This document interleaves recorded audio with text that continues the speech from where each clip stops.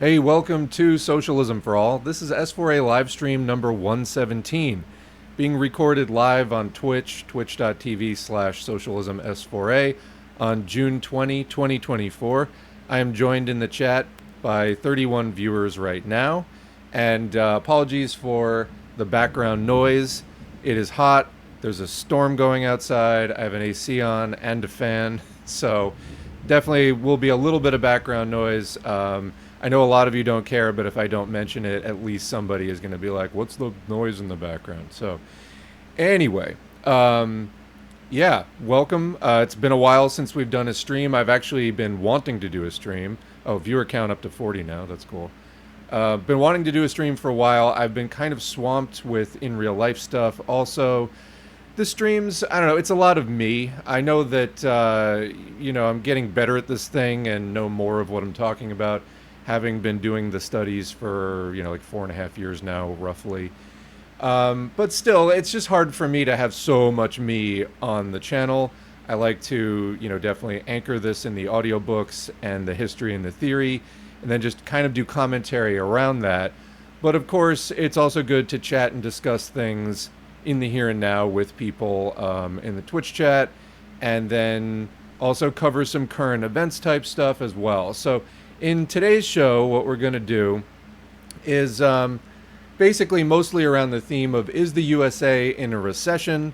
What are capitalism's last resorts as it tries to fight its way out of basically the 2008 great financial crisis, GFC scenario, there's some thunder, that it has been struggling to get out of by using all kinds of unorthodox means, like putting enormous amounts of assets on the Federal Reserve's balance sheet, cutting interest rates to near zero for like the better part of a decade, and so on. And what it has done is, yes, it kind of got the economy going again, and we're not just talking about the US economy.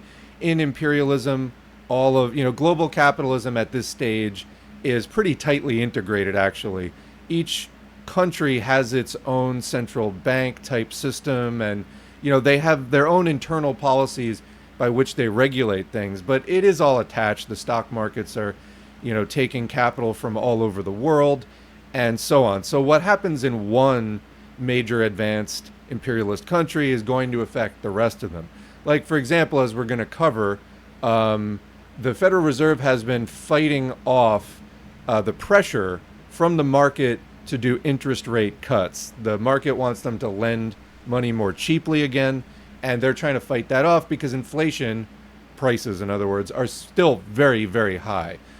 And as we're going to see in the articles, the inflation seems to be a major piece of what is making people think that the economy is not doing well, which technically it still is doing okay by some metrics, but there are also a lot of signs that it may not be doing well, even by formal standard terms, for much longer. So we're going to cover a lot of that kind of stuff, and it's really interesting because, Biden's running for re-election. They're using the Bidenomics hashtag and stuff. And if you encounter diehard Democrats on social media, mostly they try to just pummel you over the head, telling you that everything's great, and if you say that there's any warning signs about the economy, that you're just a Russian bot, or you want Trump to win or whatever. We need to live in reality here is the bottom line. And so we're going to get into all this. Is it a Vibecession? Is it a real recession on the way? I mean, there's several other major economies that are officially in recession, Japan, Germany, etc. So it's not so outlandish to think that the US also could be in recession. But before we get into any of that, actually, we will say hi to the chat. I also did just want to mention, I've been pulling articles and I have a whole list of URLs of stories that I want to cover, but I probably specifically just on COVID itself, and then on other topics too. I have enough for like a whole show on COVID, on AI, on various other topics. Like I said, we're going to do mostly economy stuff today. But with regard to COVID, we would often start out these streams over the past few years with Biobot updates. Biobot.io is the website, slash data is where they kept the data. And basically last month they started, well, they didn't start, they started to cut it off, or they stopped sharing it, which, so there's this post, May 17, 2024, from raw data to actionable insights, Biobot's evolution of public data sharing. They got so much backlash that it's like, oh, we're evolving how we're sharing data. You're not sharing data anymore. That's not an evolution, that's a termination. So anyway, basically Biobot was telling people, Biobot, which was doing COVID wastewater reports on a county by county basis, it was really easy to use. It was thought to be more accurate than Wastewater Scan, which is now the outlet that has the official contract from the US government to be doing the wastewater sharing, the Wastewater Scan site. But wastewater's, that site, Wastewater Scan, which I'm abbreviating as wastewater, their numbers were super different from Biobot's. So one of them is not correct. Or at least one of them is not correct. We believe that Biobot's numbers were pretty good because they were matching other indicators like the case count when they were counting cases and stuff like that. And then Wastewater Scan's numbers come in and they're like totally different, radically different. By 60% they're different, something like that. And so Biobot is not sharing their data anymore, so we can't do the Biobot updates. Instead, Biobot is pointing people to the CDC. And I don't know, if you're trusting the CDC at this point to tell you accurate information about COVID, did you not get the memo? They have been doing foot dragging of every kind about actually warning people about the real dangers of this pandemic. So anyway, very frustrating moment. I'm not going to read the whole statement, but they did get enough pushback that they had to put this blog update 2 weeks later, because people were just uniformly in the comments, like on Twitter, where they shared this, just like, what are you doing? You're abandoning us, etc. So no more Comrade Biobot. And COVID goes on. We're going to do a whole show on COVID. There's been one strain that's been dominant for a long time. I believe that was the JN1 strain. There's a new strain coming in and seems to be having really bad health outcomes where it's hitting. So COVID is not over. Masking is not... I still mask, but I think I see less masking now than ever since, early 2020. And I don't know what to tell you. COVID is still real. It's still... after I got COVID, my immune system was screwed up. First of all, the first year, I had the fatigue and the brain fog, like couldn't think straight, couldn't concentrate, had to lie down a lot for like a year. After about a year, I feel like it significantly improved. And then still though, my immune system was super messed up. I don't have like a ton of running health complaints as far as just sort of basic, getting sick. I was having all kinds of signs that my immune system was massively screwed up. So I really don't want to catch that again, because immune system stuff, it's not just for infectious disease. It's also your immune system helps to ward off cancer before it gets a foothold, for example. So, you can't really gamble with having a compromised immune system, which the SARS coronavirus 2 virus can give you. But anyway, now we are as close to flying blind as we've ever been.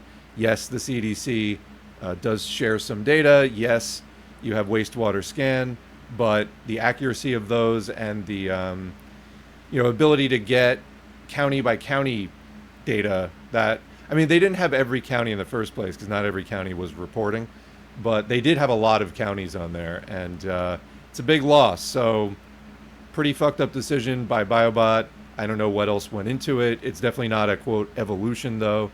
So that is just a miserably unconvincing spin. And really, that was not going over with anyone. So yeah, let's catch up with the chat for a minute here before we get into anything else. And scrolling up to the top. Okay, people are lining up for the stream. This was before we started rolling.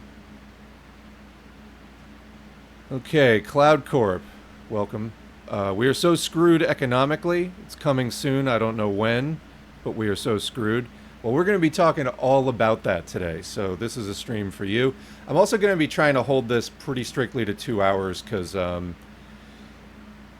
that's all I really can do today. But we'll try to stream again. I was going to say scream again soon. That was probably a Freudian slip. I've been dealing with a lot of real life stuff, which has been super taxing, and I need to stop the stream so I can go scream, and then deal with that shit, and then come back, and then we'll stream again as soon as we can.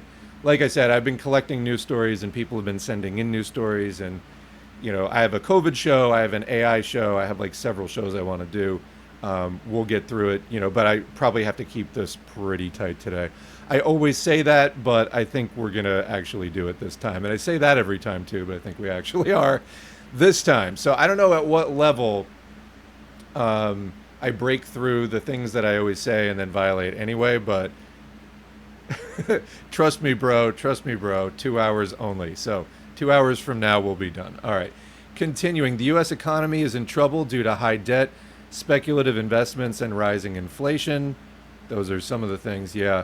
Borrowing has kept things afloat since 2008, but rising interest rates to control inflation now risks causing a recession.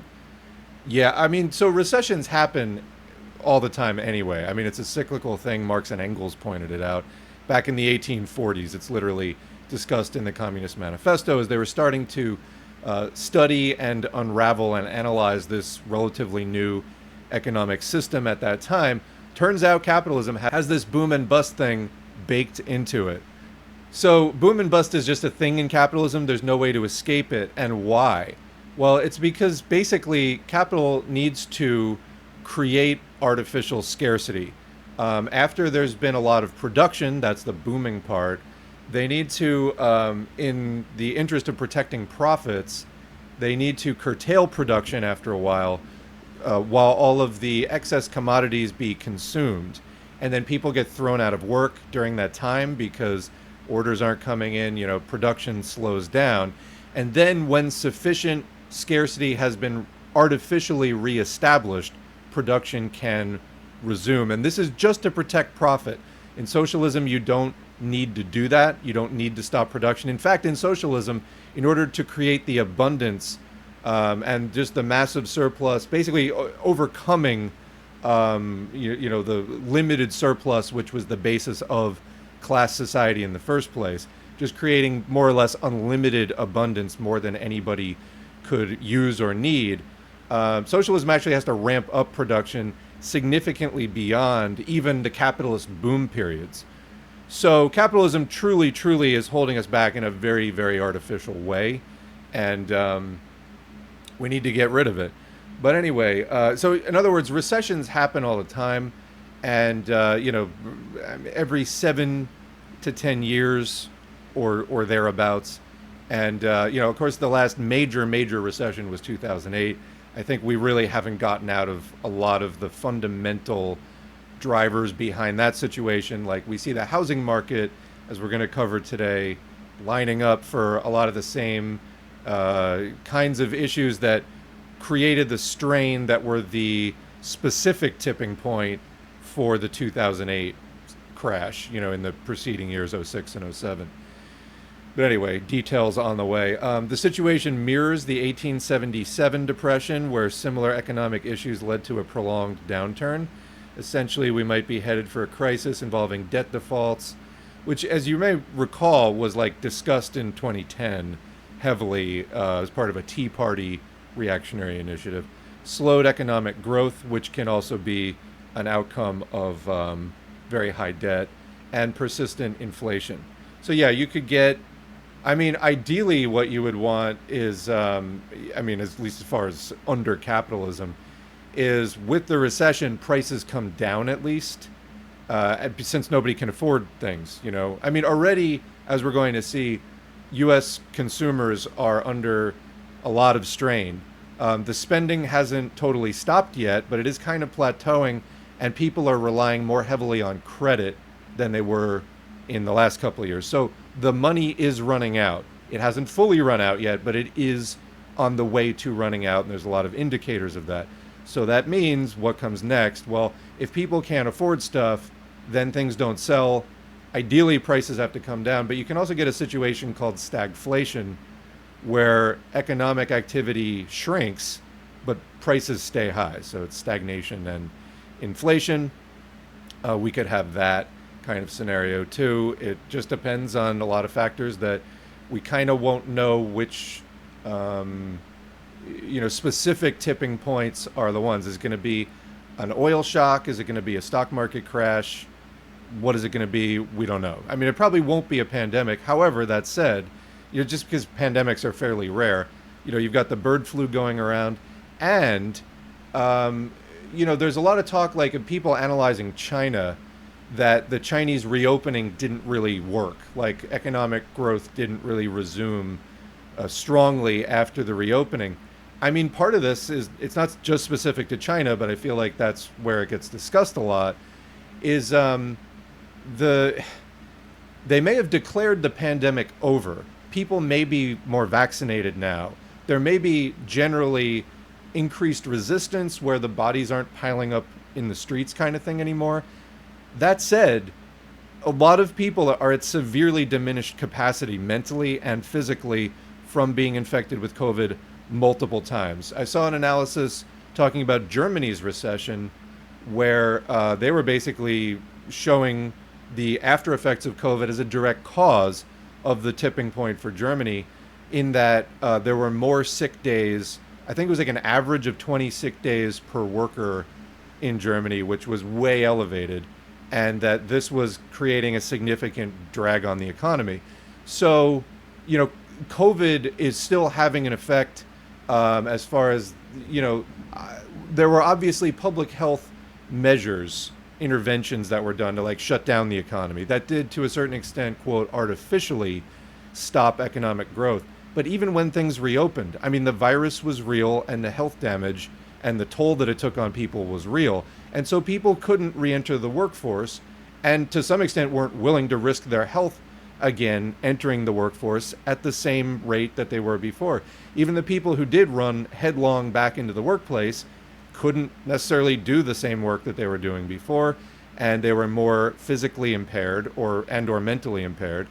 And then a lot of people were like, yeah, I'm not going back for $15 an hour to, like, risk becoming chronically disabled again. So, that's a lot of stuff still going on in 2022, 3, and even now, is the effects of COVID, which is still, spreading all around the world and mutating uncontrollably. That is still having an impact, a downward, it is a drag on the economy. So it's pretty tight, but there's so much to get into here as we do. I think it's important to remember that capitalism is really screwed, but the workers always get screwed under capitalism, bull or bear. Yeah, and there was somebody in the comments recently saying it's important not to, I think they were kind of accusing me of presenting the likely upcoming massive recession as like some final crisis for capitalism. Definitely. No, that's not necessarily the case. What I think you can say it definitely will be, if we do have another big 2008-like event, is that it's a window of opportunity for anti-capitalist agitation, education, and organizing, because it's going to be really bad for workers. There's going to be, the housing market right now is terrible, could get in the short term even worse. There's a full-blown housing crisis which is manifesting in so many different ways right now, and it's just not being addressed at all really at a national policy level or even a state policy level in any meaningful way that I can see. In fact, there's some private sector quote-unquote solutions coming in which really mirror the subprime crisis back in those days. Why you got the subprime mortgage crisis is they had to keep selling houses to people who, most people need mortgages, which is a housing loan, to pay for it. They don't just have $200,000, $300,000 in cash lying around. And they needed to keep selling houses and mortgages to people, except they ran out of people who could actually afford the houses. So what's the solution? You can't stop. You got to just keep giving mortgages, even to people who can't afford them. And so there was this huge subprime mortgage thing that blew up. a lot of people defaulting and foreclosures and this and that. And there have been some regulations post 2008 to try to prevent that again, but they're doing zero down mortgages again, where you don't have to put a down payment. And we'll talk about this when we get up to that point. But I mean, there's a lot of different programs that if you look around, there are resources. Capitalism can't work out its contradictions, but for people who are really struggling, there's a website, for example, findhelp.org. You put in your zip code and then the type of help you're looking for. There are a lot of programs. A lot of them really don't work that well, and you still got to really fight to be heard and leave a million voicemails before they call you back. But sometimes it can be, if you're in like a make or break situation, if you push hard enough, you may be able to scrounge up a resource. There are people whose job it is to try to help find resources for people. This doesn't make capitalism survivable. It doesn't make it sustainable. But for people super on the brink, I would suggest at least giving that a try, because there may be programs in your area that you're not familiar with that with enough effort, you might be able to get whatever boost it is that keeps you out of homelessness or whatever dire situation you might be in. But point being, there are down payment assistance programs in lots of different states and even municipalities where you can get thousands of dollars towards your down payment, and you don't necessarily have to go toward these predatory loans that are, well, anyway, we'll cover it when we get to that part of the video. But it's all coming back again because capitalism has its needs. And when it's firing on all cylinders, it's able to withstand the regulations. But as the profit pressures mount, they need to start doing all the same behaviors that's going to lead to a big explosion in the end anyway. But yeah, workers get screwed either way. The point is, when capitalism suffers a massive crisis, it hurts its credibility, and it creates a window where capitalism is trying to reorganize itself. And again, that's an opportunity for us to say, how many more once in a lifetime, quote unquote, economic crises do you want to live through? How many years do you want to go without being able to afford stable housing, et cetera, et cetera? And we pound on those things, and we build a movement that is against capitalism itself. It's, depending on the nature of the crisis, capitalism could have a crisis that it would take 20 to 30 years for it to come back from. At that point, it would probably do another world war. We're going to talk about that too. But if capitalism is left sputtering and stuttering for years and years, that's a huge opportunity. And like we saw in the wake of 2008, you got on the right, you had an AstroTurf Tea Party movement, which was, not good and fake. That was organizing people toward fascism in the wake of the crisis. But you also got Occupy Wall Street and things like that, which had a lot of problems. It was anarchist. They wouldn't adopt a platform and, other stuff like that. I think that maybe we've moved on from that level of disorganization into something better at this point. I do think the U.S. left has improved since the Occupy days. But you see that. People coming together and talking about student debt and medical debt and foreclosures and, the housing crisis and all the other crises that are going on. You look at how the opioid crisis has gotten totally out of control in the last decade. And there's some efforts to try to curtail that, but why is this happening? It's a disintegration of society amid widespread terrible conditions. So it's an opportunity as capitalism suffers a setback, that inherently hurts its credibility, and we seize on that. So it is a window of opportunity for us, and not as the scumlord gang, petty bourgeois gang, as we've started to criticize, like we did a response video in the last stream to Eurodollar University. Unfortunately, don't have another react today, but we'll probably do one. Scumlord gang, their main refrain is like, if you play your cards right, this will be a big transfer of wealth and you can benefit. No, that's not what we as socialists are saying. That there's going to be a big crisis, and hey, why don't we move into a system that doesn't have huge crises, and so that means socialism. But all right. Moving on through the chat here. There's a little background noise, but it's not obtrusive. Good, good. In Arizona, I'm used to hearing people's fans, my own included. Yeah, it's just kind of like part of the background of trying to survive the heat. Like once it just gets over a certain temperature, so much of one's mental energy just goes toward, God, it's hot.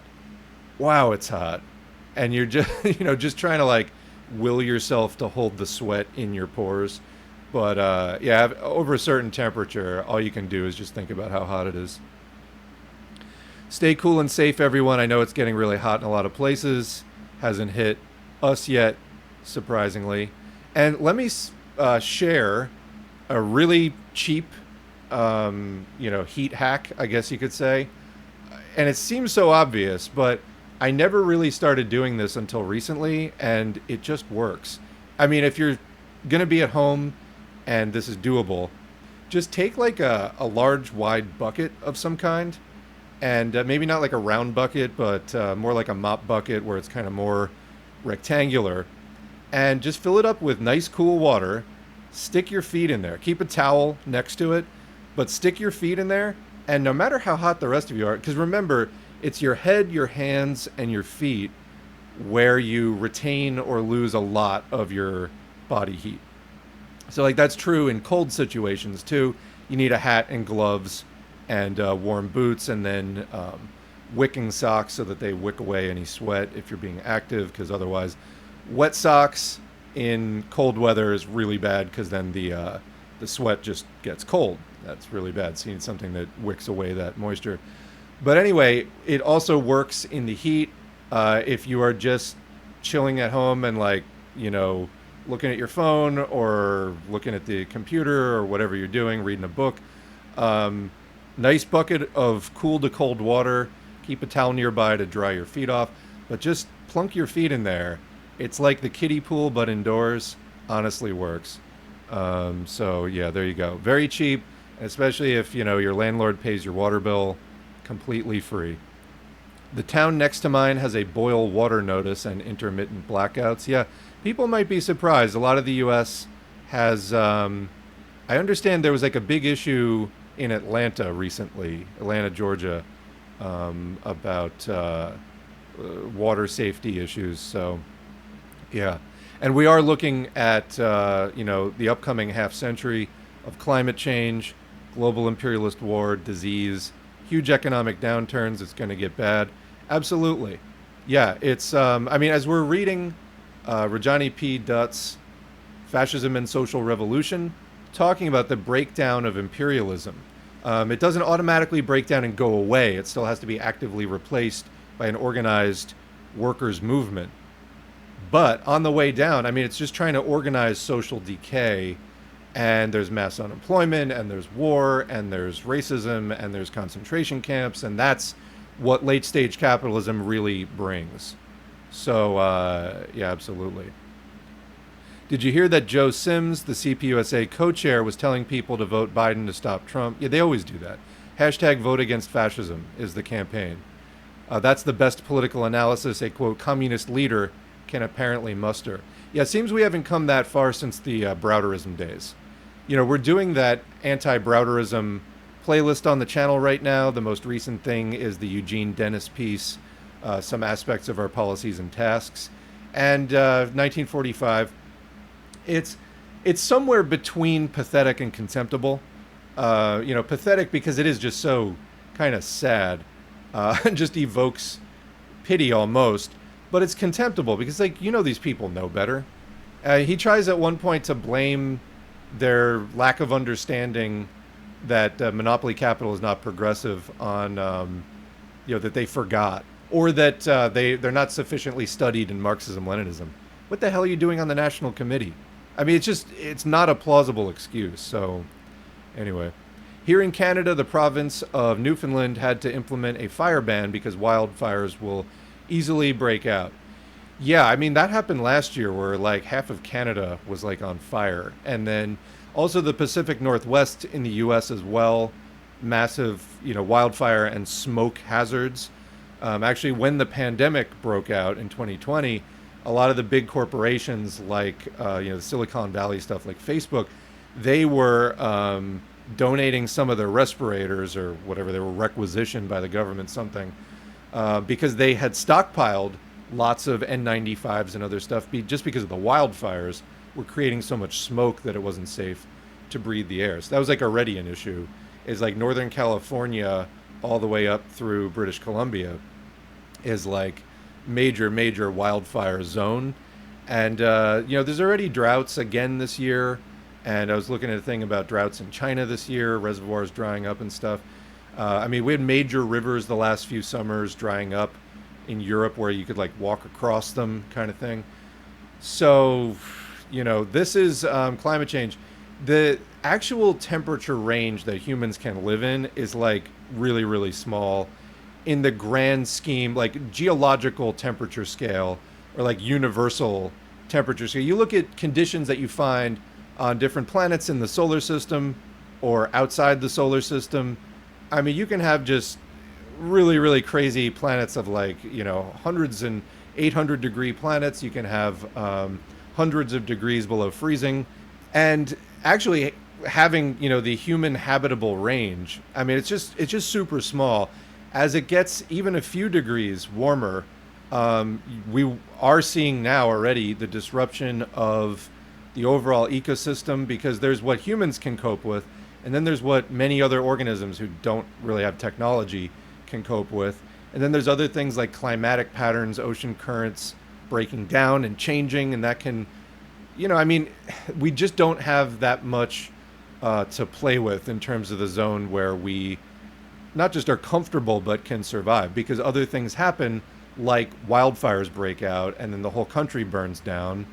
And even if you survive the temperatures, well, now you have forests that are devastated. I mean, 4 years ago, over what was winter for us in the northern hemisphere but summer in the southern hemisphere, Australia had those devastating wildfires, and it was all the tragic stuff of like the wildlife, whereas like you saw animals that normally don't really socialize with each other hiding in each other's burrows and things, as everything above them burned totally to the ground.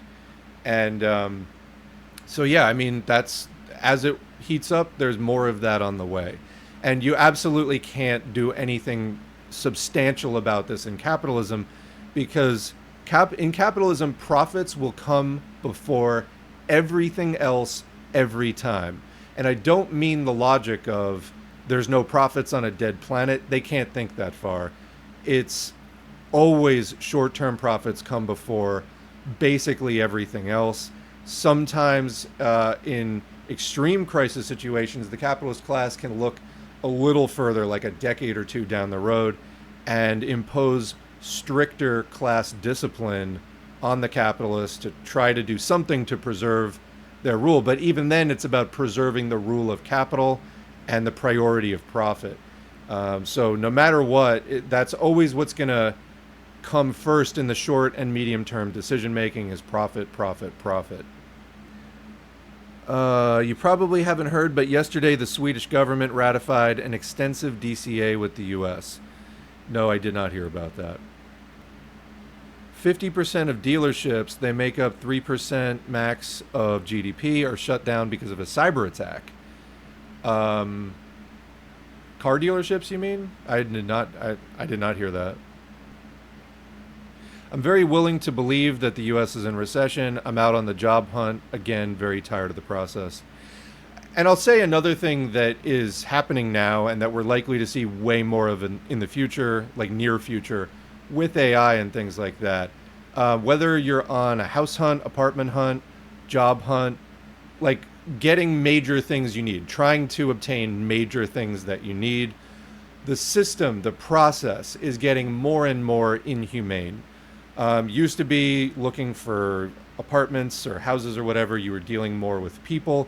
You could at least have a conversation about what you were looking for, whether or not the prices were there. Now you're dealing with automated forms. It's making it that much more of an obstacle. They want more and more information up front. It's very much papers, please type of situation, increasingly to get just any major need met. And then the job hunt, same thing. Companies who aren't hiring, putting out ads regularly. This is now a new feature of the job market. And, I mean, the last couple of times I've looked for jobs, I applied to over 100 jobs and really got 2 offers which were nowhere near commensurate with my experience or education level. And, this is, I think, what we can expect for like the next 20 years.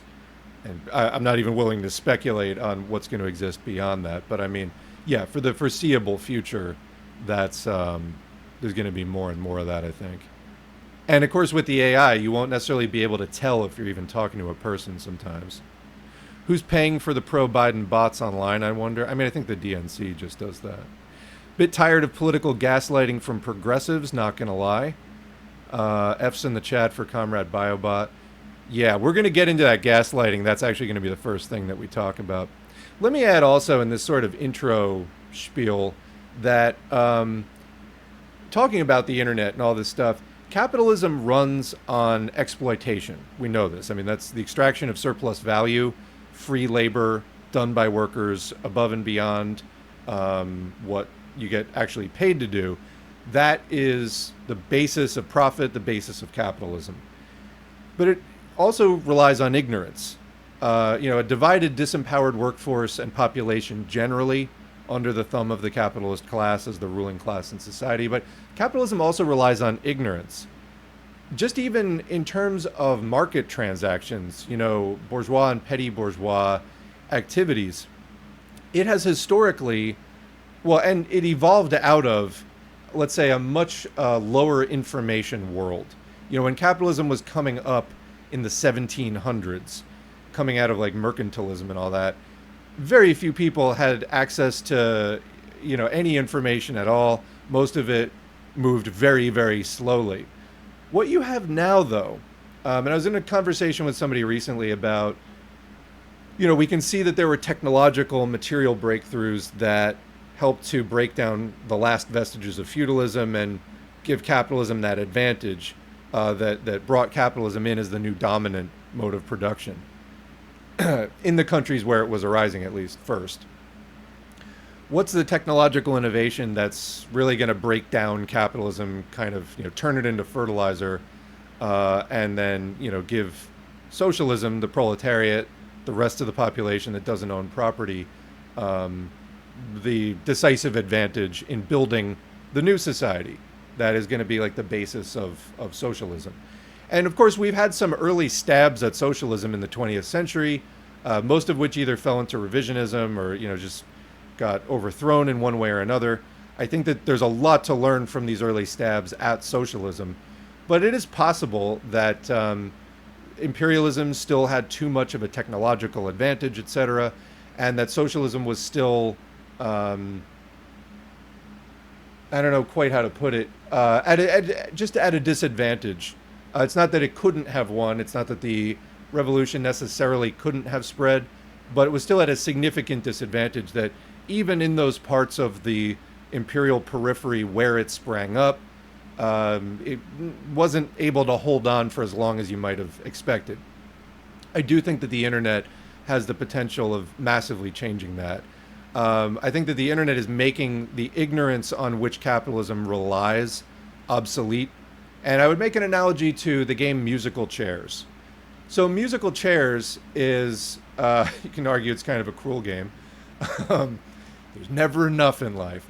But anyway, the idea of musical chairs is you have a number of people walking around a set of chairs while music plays. And there's one fewer, or sometimes more, fewer chairs than there are people. So when the music stops, everybody has to sit down. Just explaining this, I'm sure there's countries where you don't play musical chairs.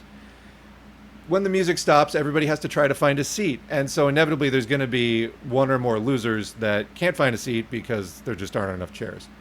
What the game really relies on is, structurally you have that scarcity, but it's relying on nobody knows when the music's going to stop, and nobody knows exactly which chair the people around you are going to go for.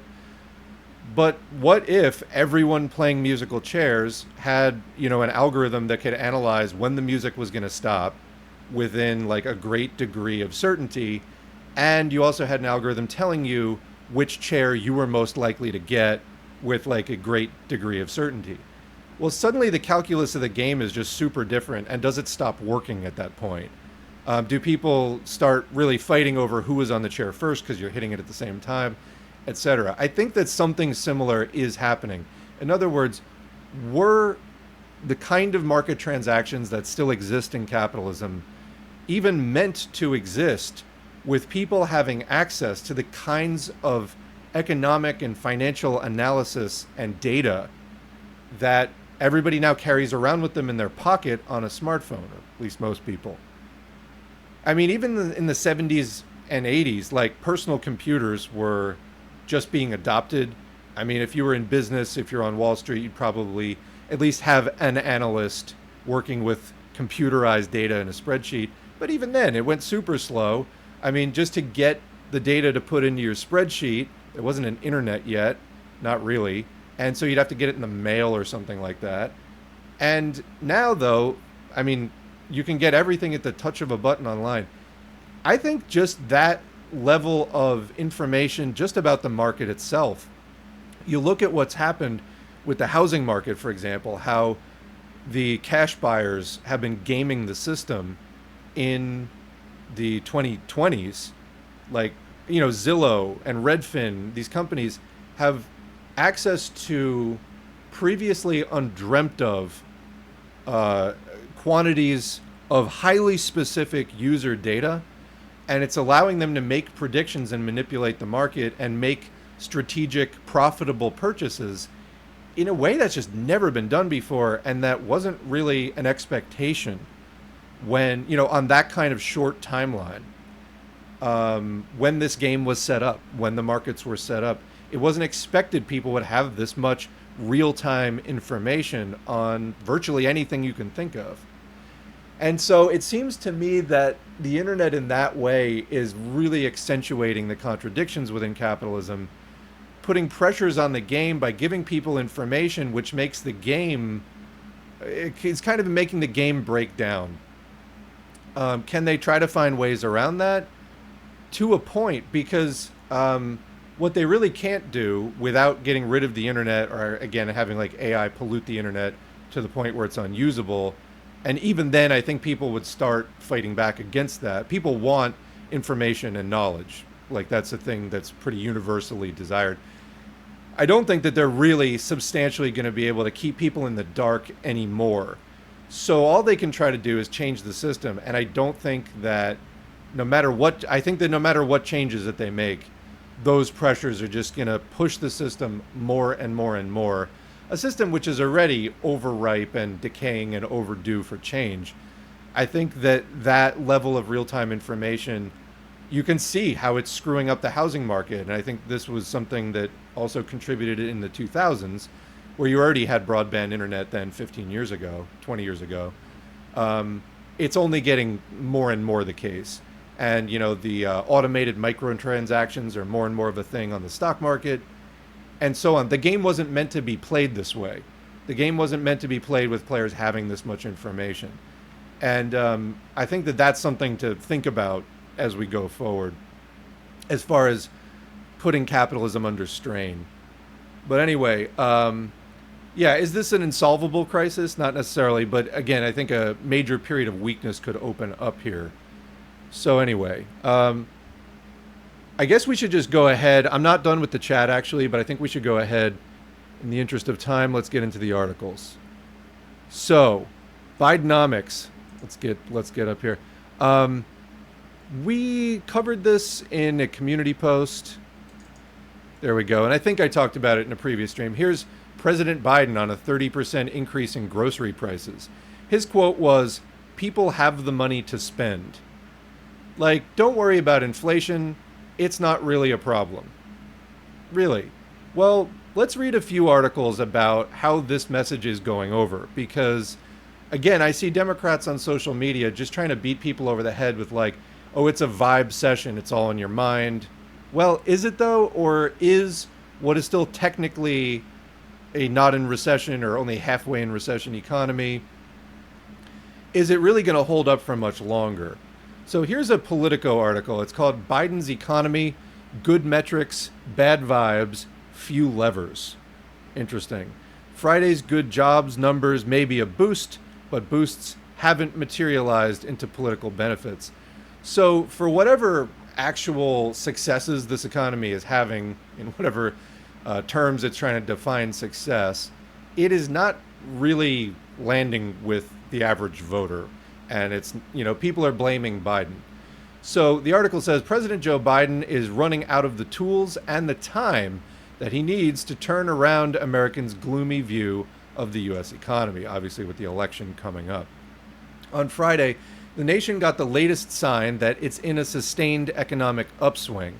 And let me just say, one of the things they've been doing with the economic data is they'll have a really robust report come out, and then several months later they will sharply revise it down. So it actually, wasn't as strong as it looked initially, but that's what makes the headlines. And that's obviously very much a PR effort here to sell people on this administration and, again, on capitalism more generally. But, when the retraction or the correction gets printed a little bit later, it's kind of hidden on page B71 and people don't necessarily see it. Also, several other major economies are in recession, Japan and Germany, UK, and so on. And so it's not unthinkable that the US may already be headed in this direction and it's being covered up. Actually, we'll look back in just a minute on the 2007 situation because it's exactly what happened then. There's also another point about the economic data, which is that it depends on what you look at. So there is the household survey of economic data, and then there's the establishment survey, and they don't agree with each other. So one of them is wrong, at least one of them is wrong. And it seems to be we're in the stage of they're really, really trying to sell people that things are good, and the efforts to do so may be less and less honest. But anyway, adding 272,000 jobs in May. But the surprise show of labor market strength is unlikely to sway a downcast public who is fixated on rising prices, the cost of housing, and high interest rates. I mean, things that we're actually interacting with regularly. And Democrats are starting to outwardly despair that the economic tailwinds that they once imagined as lifting Biden to re-election aren't materializing, at least not in the eyes of voters. Like, I think you could rephrase that last clause as like, at least not in a way anybody can notice, So, I mean, what good is a statistic if people's day-to-day experience is no different? That's what people actually are forming their view of things about, is has your life changed or not? Lacking big new policy proposals or messaging gambits, the White House has revived some old tactics that they hope can drive fresh gains. A renewed pressure campaign on companies to slash prices, coupled with high volume attacks on the, quote, corporate greed that Biden blames for driving up costs. The White House has most recently targeted grocery chains and retailers where higher prices have most visibly, because you go to the grocery store like once a week or maybe every 2 weeks, they have most visibly pinched people's budgets, urging the industry in public calls and a series of private conversations to cut prices wherever possible. What are they going to be like? Okay, Joe, screw our stockholders. You're the boss. Crazy. While the administration has so far refrained from openly criticizing specific companies, senior aides have personally pressed major retail executives behind the scenes to help curb the price hikes hitting family budgets. Okay. Quote, our focus overall has been trying to make sure that companies are passing along savings to consumers. I mean, that's not really in the nature of the system. So you're trying to do something that is basically futile, said Jonathan Donenberg, deputy director of Biden's National Economic Council. I think it's clear that there are some companies that answer that call, and there are other companies that don't. The push has come amid some unfortunately timed developments in the administration. Target, Walmart, Walgreens, and others recently announced price reductions or rolled out lower cost options, moves that retailers say were prompted by shifting consumer behavior, but that the White House has seized to try to claim credit for that. But no, they were just actually seeing that people couldn't afford things anymore, and so they had to cut prices. But even if that trend continues, it's unclear whether voters will give it to them. Inside Biden's orbit, I mean, and again, Biden trying to claim credit for the sun coming up is not going to be convincing. So, I don't know. How could the Democrats have avoided this? Let's go back to 2020. Let's go back to 2016. What were people clamoring for behind Bernie Sanders? Medicare for all, real substantial change. And they wouldn't do any of it. Instead, they're like, no, we're going to do this barely perceptible incrementalism, and then also do reactionary stuff as well. And guess what? I don't know why it's shocking or surprising, but barely perceptible incrementalism is not really going to have much of an impact. I mean, by its nature, it is barely perceptible. And you just can't really sell people on that when they're asking you for something and then you deliver 10% of what they asked for. They're not going to be that excited. Yeah, I mean, it's 10% of what I asked for. Where's the other 90%? That's still majority dissatisfaction. So any Democrats listening, there you go. That's basically your problem. I don't think you can solve it because you can't do the things that you need to do because the people who own your party, the 1%, won't let you do them. But that is your problem, just to clarify. Inside Biden's orbit, the fear is that there's little new that the administration can do to change the perceptions of a stubborn electorate that's living through an upswing, yet simply refusing to believe it. So again, the problem is us. The problem is our perception. Everything's great, you just can't see it. You're closing your eyes. It's your fault. That's what they're saying.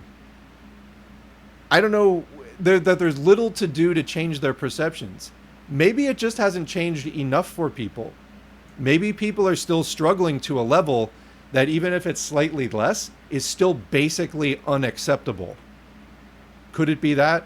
Could it be that this, weak sauce incrementalism that people barely notice and that is barely keeping up with inflation and everything else is not enough to get anyone excited if they even notice it? Anyway, quote, if half of the people think that unemployment is at a 50-year high when it's actually close to a 50-year low, this is a problem of misinformation. It's a problem of perception, said Ben Harris, a former senior Treasury Department official who helped to craft Biden's economic agenda. Quote, I think, unfortunately, it'll have a major impact on the election. Well, except what is the thing about that? Are the employment numbers counting second jobs? Are they not counting the people who've given up looking for work? Are they just not reflective of people's everyday experiences of getting up, going to work, and coming home and feeling like it either was or wasn't worth, the effort overall? Because that's what you're up against. And, barely, as one of these articles shows, even though there were something almost like 20% wage increases over the last few years, once you factor in inflation, it was less than 1%. So it barely kept up with inflation. So that's not really a gain, And anyway, this is super obvious. Biden has already spent months touting the nation's record jobs boom. And again, unemployment has actually started to creep up in the last couple of quarters. And that tends to spike suddenly when it goes up. It doesn't go up gradually. It goes up suddenly. So that is actually kind of looking more likely at this point. But anyway, and steady wage gains. He celebrated fresh stock market highs. Again, stock market highs means nothing to most people who don't own any appreciable amount of stock. The other thing is, even when the economy is in trouble, like 2007, for example, as we're going to show later, even after the economy starts fundamentally getting into trouble and showing signs of a bust, the stock market can keep going up for like a year or longer. So that's not necessarily any indicator of anything. Anyway, and he's promoted policies aimed at bolstering pay and reining in expenses for working class Americans. I seem to recall when he got into office, everybody was talking about $15 minimum wage.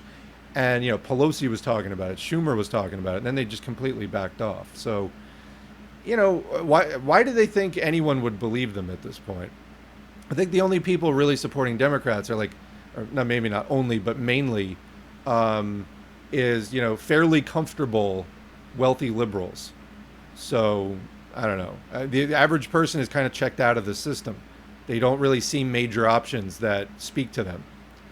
Yet the price increases driven by soaring inflation earlier in Biden's administration are still pinching voters, what we're talking about. You can have wage gains, but if the prices go up just as much, it means nothing.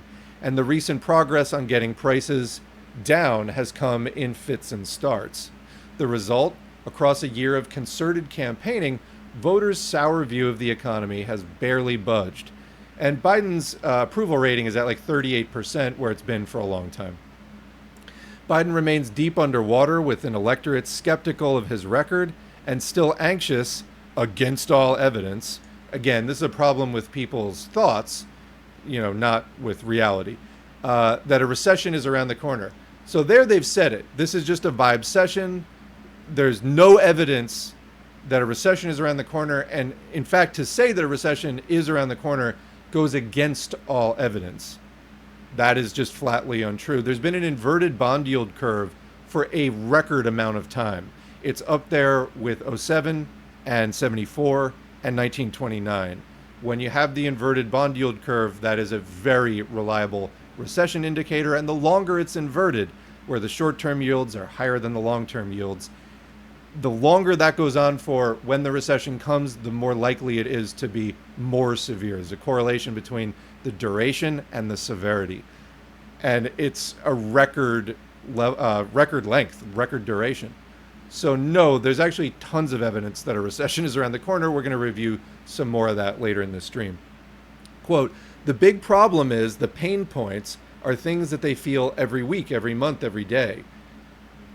Now you're getting it. I mean, that's a little better. Conceded one Biden advisor who was granted anonymity to express the internal sense of dismay.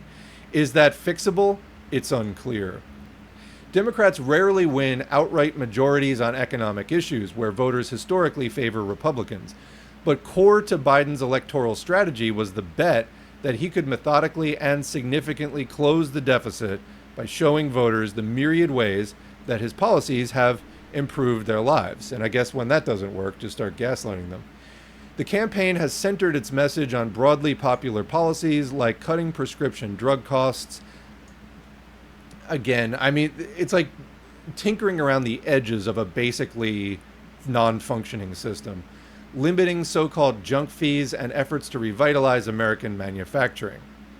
Biden has spent the last several weeks in swing states highlighting the billions of dollars that legislation passed under his watch poured into local communities, seeking to show how his actions are translating into concrete improvements in infrastructure and job opportunities.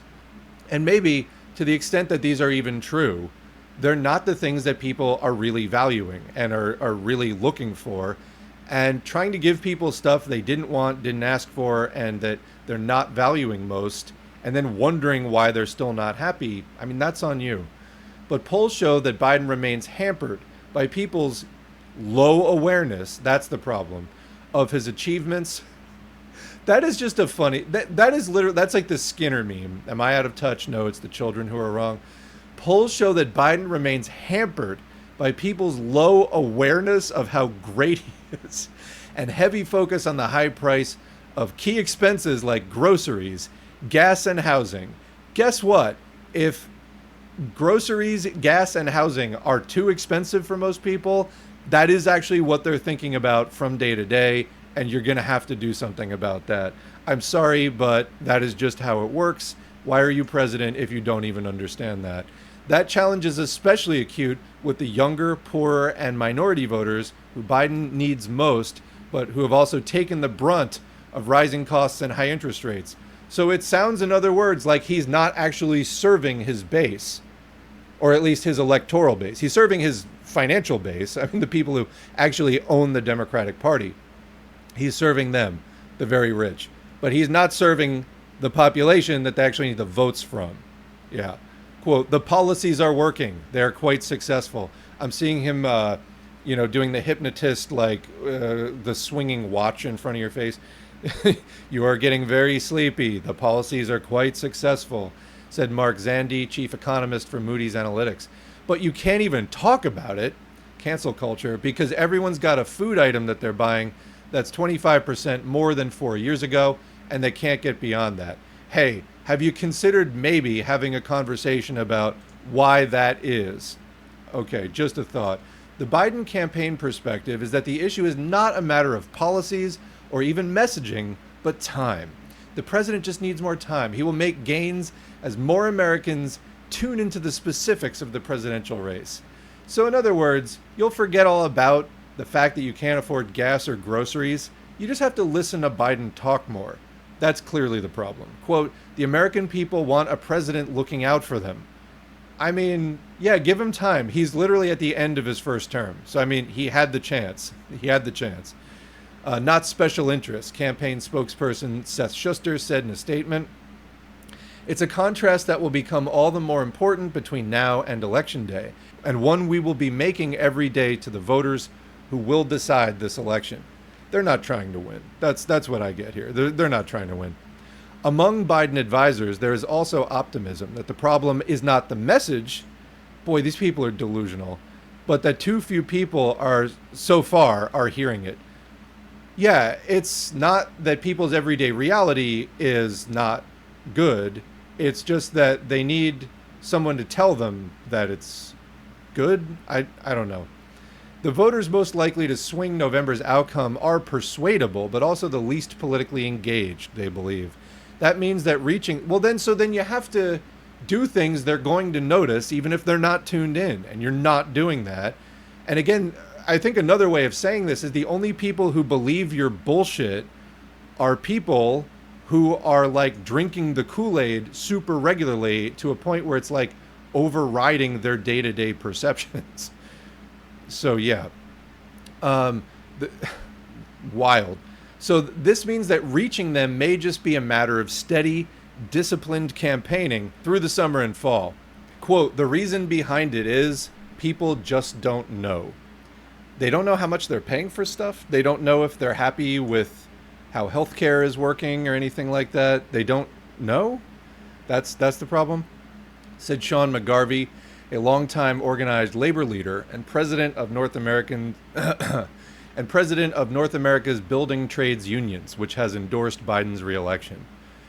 He added that many union members working on the very construction projects spurred by Biden's infrastructure law aren't aware of their connections to the president. Quote, once you explain those things to them, they're like, oh my God, I didn't realize that. That changes everything. Does it though? But Biden and his team have had, in some cases, years. Yeah, good point. I mean, it's like so laughable to explain the policies they've enacted. Good point, Politico. And the president himself has made numerous trips to construction sites and infrastructure projects with little, I don't know if anybody saw the hard hat backwards picture, but yeah. Has made numerous trips to construction sites and infrastructure projects with little politically to show for it. He now has 5 months to make his case, even as cost of living concerns blot out the better aspects of the economy. So note how they're kind of burying the criticism and the reality like way deep in this article. Some Democratic-leaning economists and political operatives think that Biden simply should brag more openly about the economy's strengths. And it makes you wonder why he's not doing that more. I think because they know it's not going to land, and I think they also know that there are many flashing recession indicators, and it's not going to age well. Because why wouldn't he do that? Quote, given where we were when Biden took office. I mean, that's ridiculous. We're the grips of a pandemic, which incidentally, he helped to let rip and to minimize. He told people vax and relax in May of 2021 when that was totally inappropriate. He destroyed the public health response. So, yeah, anyway, where we are today is really damn good. I hate these people, said Dean Baker, a senior economist at the Progressive Center for Economic and Policy Research, who sits firmly on the side of more chest beating. Democrats are scared to say that. That's like a ludicrous statement. Why would they be scared to tout their accomplishments? That's just a ridiculous thing. Give me a plausible motive for being scared to tout your accomplishments. Others in the party have argued the opposite, that Biden needs to express more empathy. There's your problem. Remember the Biden, I have no empathy for millennials thing? Yeah. I think that is the real problem. Biden needs to express more empathy for the financial pain that voters are still feeling, except he doesn't have that, and that's not really part of the program. For now, the Biden campaign is opting to stay the course. Advisors say that the president can balance promoting his record with an acknowledgement that there's more work to do. They've grabbed onto indications that people are more optimistic about their own financial situation than the broader economy as an underlying sign that there's more enthusiasm for Biden's economy than top-line polling suggests. And they're betting that Biden, I mean, you can take, I think, anyone who has gone house or apartment hunting in the last few years out of people who would be satisfied with really anything. But anyway, and they're betting that Biden will sway more voters as they begin comparing his platform directly against former President Donald Trump's rather than viewing the election as a referendum on current conditions. So in other words, the only thing that can make Biden look good is Trump. But there's also a recognition that Democrats have tried nearly every tactic available except serving the people. Say it with me, serve the people. That's what you have to do. You have to do things people want. And the class who is in control of the Democratic Party has fundamentally antagonistic needs, desires, and interests. So they are not going to do that. Anyway, this is again, meme time. It's the Flanders meme of like we've tried nothing and we're all out of ideas. They've tried nearly every tactic available, and whether voters' outlook improves en masse in time for November is increasingly out of their control. Like, wow, man, there's just nothing they could do. They've tried nothing and nothing's worked, and well, time to give up. Crazy. Just hand it back to the Republicans. They're not trying to win. Quote, there is one theory that as people become more accustomed to the current price levels, good luck with that, they'll start paying attention to other aspects of the economy, said Harris. But that's a theory. And, well, he said, I'm not sure if it's true. I think it's, like, ridiculous on its face and very, very unlikely to be true. So there are several articles like this that have to do with, basically gaslighting people. So this is from Forbes. And this is from a month ago, May 22nd. No, we're not in a recession, but here's why many Americans feel like we are. So let's dive into that disconnect. So here's what it says. More than half of Americans believe that we are in a recession. So, and a recession has not been officially declared. However, there's issues with that. But we may be in the beginning stages of one, and that may be what people are responding to. But anyway, according to a survey released Wednesday, the latest evidence of the dissonance between the fairly rosy economic situation, please bookmark all of this stuff, and stock market, and the reality that many Americans experience. Again, stock market and most people's reality have really nothing in common. But so 56% of Americans believe that the U.S. is in a recession, because people don't even really know what that means for the most part. They just think economy bad. And so, yeah, 56% of people feel the economy is not fucking working. That's so valid. Like, that's valid, okay? I'm sure that when they did this poll, they didn't give, like, a formal definition of a recession, which, I mean, there's different definitions of a recession. And some of them aren't officially there yet. But I'm sure that they didn't, do that and then say, do you think that we're meeting these criteria? They're just like, basically, this is a referendum on the economy. Do you think it's good or bad? 56% said it's bad. So that was a Harris poll of 2,119 adults conducted for The Guardian. And so 49% of respondents said that they thought that the benchmark S&P 500, it's the 500 biggest stocks basically, is negative this year. And 49% said that they thought unemployment was at a 50-year high, but both of these are false. So, I mean, first of all, what does that tell you about how the media is informing people? But also, what does that say about people's experience? You can follow up these kinds of quantitative studies with qualitative studies. Ask them why they think that. And I'm not sure that this actually goes into that. But so they're saying that formally, unemployment is at the best levels that it's been at in a long time, although it did start to tick up above 4% recently. And then again, it kind of depends on which data source you're looking at. But as it goes up, it tends to go up sharply, not gradually. So keep that in mind. But let's continue. The key culprit for this misunderstanding is inflation, which rose to a 4-decade high of 9.1% in June 2022 to a more palatable 3.4%, which is still way above the 2% target that they've set, which is still arbitrary. Last month, although Americans' pay has yet to catch up to the price increases that they faced over the last 3 years, the Consumer Price Index has risen by 19.3% since January 2021, but our average hourly wages have only increased by 16.1%. Okay, so that's it right there. People are still struggling to keep up with prices. They are worse off than they were before. Household nominal net worth grew 19%. Oh, this is what I was citing before. Household nominal net worth grew 19% from the end of 2020 through 2023, but that 19% falls to under 1%, 0.7%, when adjusted for inflation.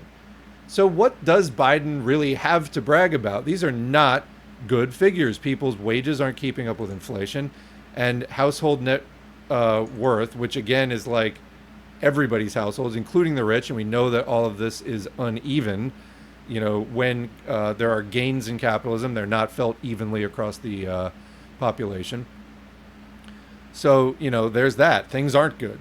How frustrations about dampened spending power for Americans weighs on November's presidential election. This inflationary cycle, which pushed negative consumer sentiment, oh, this is, by the way, it got cut off, but what to look for is how this is going to weigh on the presidential election. This inflationary cycle, which pushed negative consumer sentiment to levels not seen since 2009, great financial crisis, almost directly coincides with President Joe Biden's term, leading to, also the pandemic, leading to voter frustration. So there's a chart. Pay bumps have not kept pace with inflation under Biden. You can see the peach color there is the cumulative inflation, and the darker line on the bottom, cumulative wage increases. And you can see that the wage increases are not keeping up with inflation. So people are indeed worse off than they were several years ago in terms of their purchasing power. And that is, at the end of the day, what people care about. How much can you get for your money? It's incomplete, at least as far as money goes. It's incomplete to place the blame solely on the Biden administration, obviously. Obviously, there's larger structural factors and cycles that go longer than just one presidential administration. It's capitalism. Considering most other developed economies have grappled with similar spikes in consumer prices and stagnating growth, with factors like COVID-related supply chain issues and overseas wars contributing to inflation. So on the manufacturing side, COVID, big issue, big shutdowns in China, which were appropriate, but it is a stress on the economy. And then overseas wars contributing to inflation. That's particularly like at the grocery store, because Ukraine and Russia are both major grain exporters. So staples like wheat and barley, sunflower seeds, different things, major exporters. And the war is disrupting that, causing, war is inflationary, generally speaking.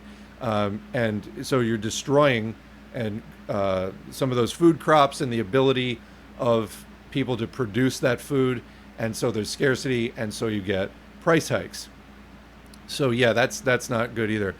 About 3/5 of respondents to the Harris poll said that the Biden administration is directly responsible for what they viewed as deteriorating economic conditions.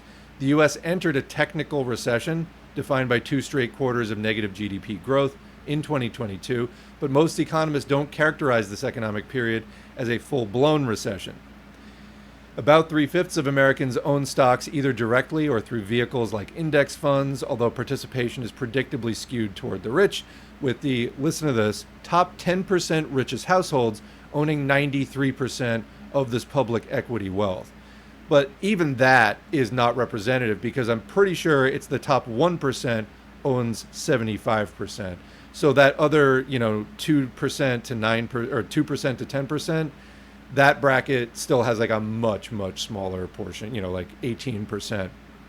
So continuing on here, just digging into like what is going on with this. Pessimists about the state of the American economy got more bad news Wednesday, as Goldman Sachs economists said that they expect U.S. government debt to soar to 135% of the country's GDP by 2034, a ratio higher even than it was during FDR's New Deal initiatives and World War II. The higher debt, fueled in part by higher interest rates, can hamper economic growth as the government needs to dedicate a higher proportion of its budget to interest payments, according to the Congressional Budget Office. The CBO projects the debt to GDP ratio to expand to 181% by 2053.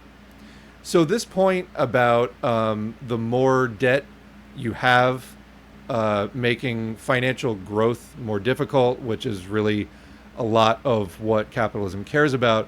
Let's dig into that for a second. So we have an article here. This is actually just from NPR, but they're talking to some analysts. The title is "How Much National Debt is Too Much?" This is an audio file, but they break it down with a brief synopsis. It says, most economic textbooks will tell you that there can be real dangers in running up a big national debt under capitalism. A major concern is how the debt you add now could slow down economic growth for the future. Back in 2010, two economists took a look at 20 countries over the course of decades and sometimes centuries, and they came back with a number.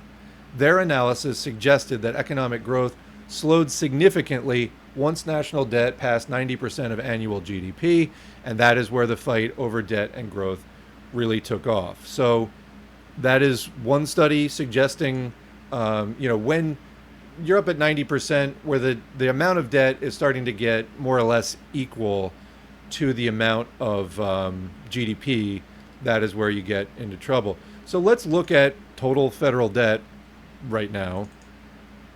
So there it is. This is from the Federal Reserve Bank of St. Louis. As you can see, going up pretty sharply in recent years, hence why it's projected to get up to 150% and then 180%. But what is it percentage-wise in relation to the GDP? So if we go into the national debt to GDP ratio, this is from a website, Macro Trends. And so this is looking back. They have a chart down below, 1960 to 2024. But in recent years, so for 2022, the U.S. debt to GDP ratio for 2022, 115.7%. And that was a 4.7% decline from the previous year. Previous year, it was 120.36%. And prior to that, 126.24 in 2020. Of course, with a lot of spending during that time with all the stimulus and everything. So it's over 100%, definitely well over 90%. Just wanted to point that out. And if you want to see the nice, pretty chart, we have it here. So there you go. That is the government debt as percentage of GDP. And as you can see, since 1990, that has gone up substantially. So yeah, they do have to pay interest on that, and then the interest itself can become very expensive, particularly depending on what the current interest rates are. Another reason why they've tried to keep the interest rates low. So let's go back, though, and look at another article that is trying to dig into this. Why do people think that the economy's bad? Is it just a Vibecession? So this is from Axios. More than half of Americans think that the U.S. is in a recession. It's not. And then it's off of this article that we get into a really interesting, I think, side article. So this is very similar to the Forbes thing. It's about the same poll. More than half of Americans, 56%, mistakenly believe that the U.S. is currently in a recession. I mean, how many people think that, or were responding that way based on that they thought it was about to enter into one? Also a possibility. But it matters because the economy is, quote, actually in good shape and there's no recession. And it's a political challenge for Biden and an advantage for Trump. So if you don't believe that the economy is good, what are you trying to do? Help Trump win? Reality check. It can be difficult to know if a recession is actually happening. It's a call typically made after the fact by the National Bureau of Economic Research. And then here's an interesting little parenthetical note. The NBER called the 2008 recession months after most people believed we were in one. That's interesting. What if we follow that link? Because that link definitely caught my interest. And so this is going to take us back in time to 2008. So this article is dated December 1st, 2008. This is after Lehman Brothers and all that stuff. CNN Money, headline, "It's official. recession since December '07. They called it a year later. The National Bureau of Economic Research declares what most Americans already knew. The downturn has been going on for some time. So they just linked to an article which pretty much describes the same situation in '07. And so Americans were saying, yeah, we're in a recession. Yeah, we're in a recession. But the official sources were saying, no, we're not in a recession. We're not. Oh, yeah, actually we are. So they declare it a year later after everyone already knows that the economy is taking a turn for the worse. I just thought this was a really interesting thing to link to. So, New York. The National Bureau of Economic Research said Monday that the U.S. has been in a recession since December 2007, making official what most Americans have already believed about the state of the economy. The NBER is a private group of leading economists charged with dating the start and end of economic downturns. It typically takes a long time after the start of a recession to declare its start because of the need to look at final readings of various economic measures. How curious. The NBER said that the deterioration in the labor market throughout 2008 was one key reason why it decided to state that the recession began last year.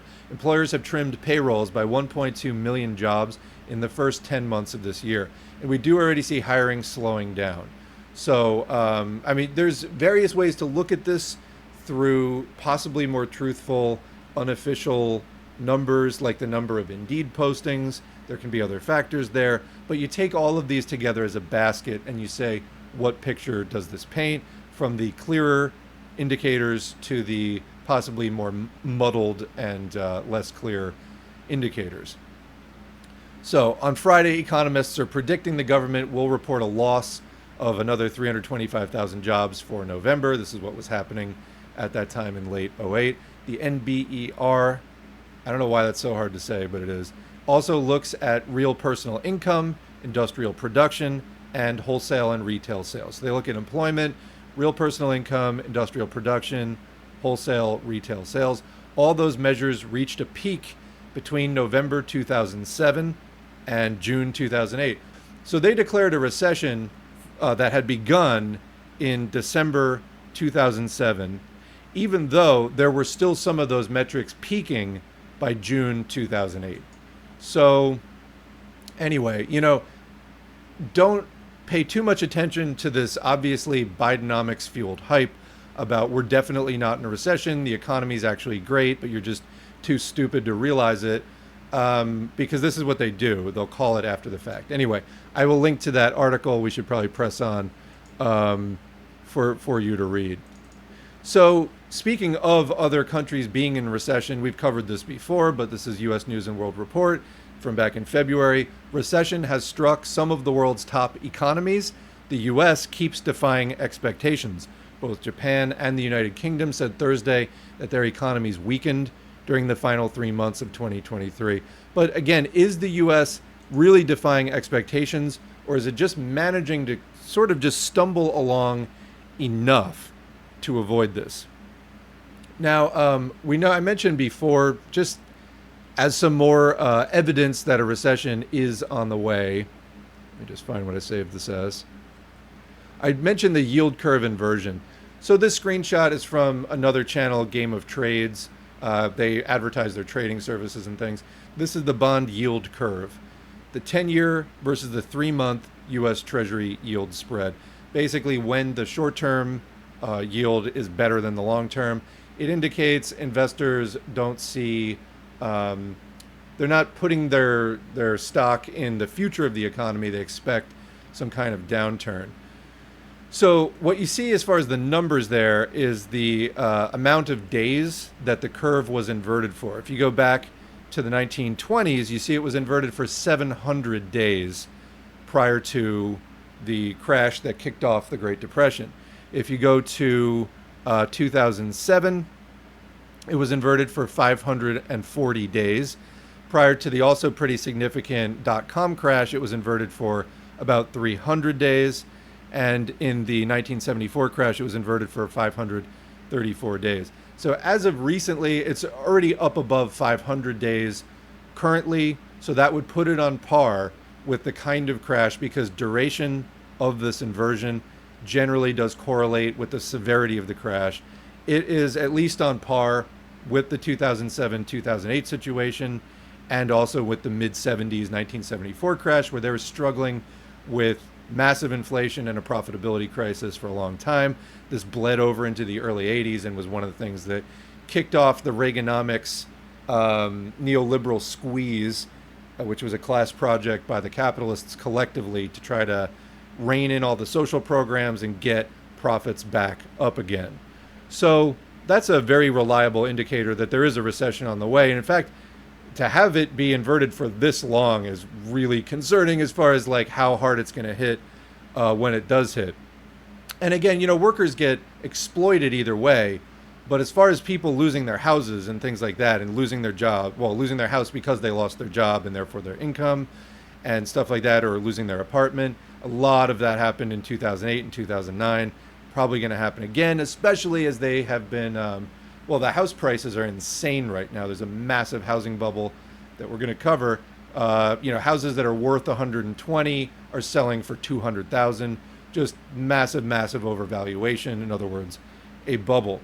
But to dig into that a little bit more, let's look at a chart. So this is the Case-Shiller National Housing Price Index. And this goes back to the 90s.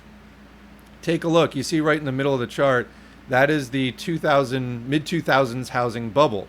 And then that gray line following that is the great financial crisis, recession. It lasted multiple years. And the prices came down somewhat. I mean, really back to like '04 levels, even as late as 2013. So all of that, value got wiped out, reset 9 years basically.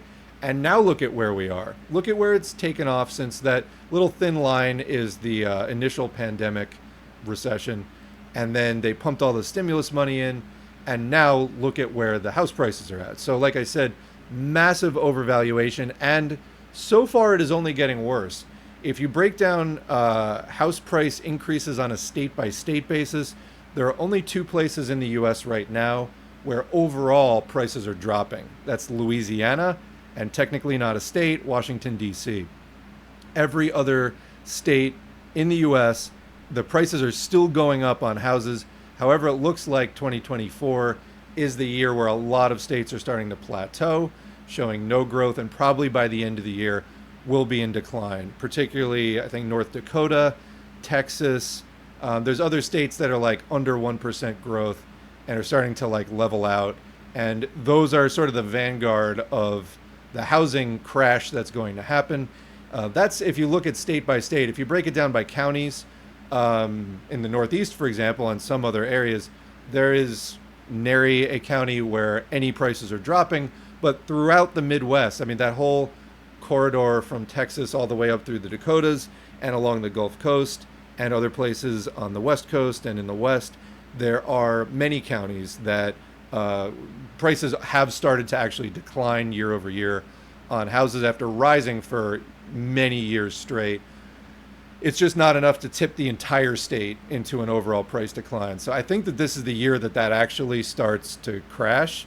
And when it comes down, it tends to come down real quick. And so we had the question a few streams back, why is housing price so important?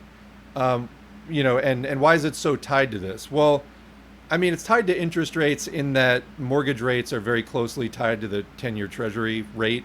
So the federal funds rate matters a lot because that's the rate that the banks get the money at and that they have to repay it at. And then they then have to lend that money out to other people as mortgages. And usually those are the biggest loans that they're writing to people. I mean, some business loans will be bigger than like $200,000 to $500,000 or more that a house is going to be. But that's why. I mean, it's just a very common purchase. That's also the biggest purchase. And also for people, that's where they have equity in anything. I mean, they might own a car for maybe $20,000 or something like that if they're lucky. But their house, if they have any equity in something, that's probably what they have it in. And what's happening now with the prices at this extremely high level is people are buying, it's like the old saying, buy low, sell high.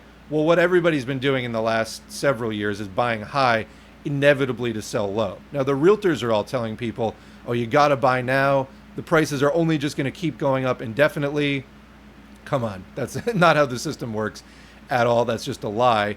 And, if you bought a house in 2006, 2007, that house, even 6 years later, was worth a lot less.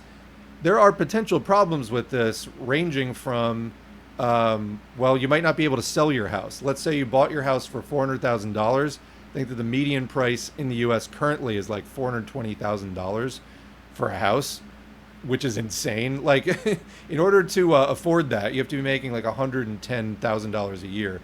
So that is pretty well, which is not the median income for sure. But anyway, let's say you buy at that level, and then there is a big price decline, which is again starting in many counties and will be in more overall states sooner, I think, rather than later.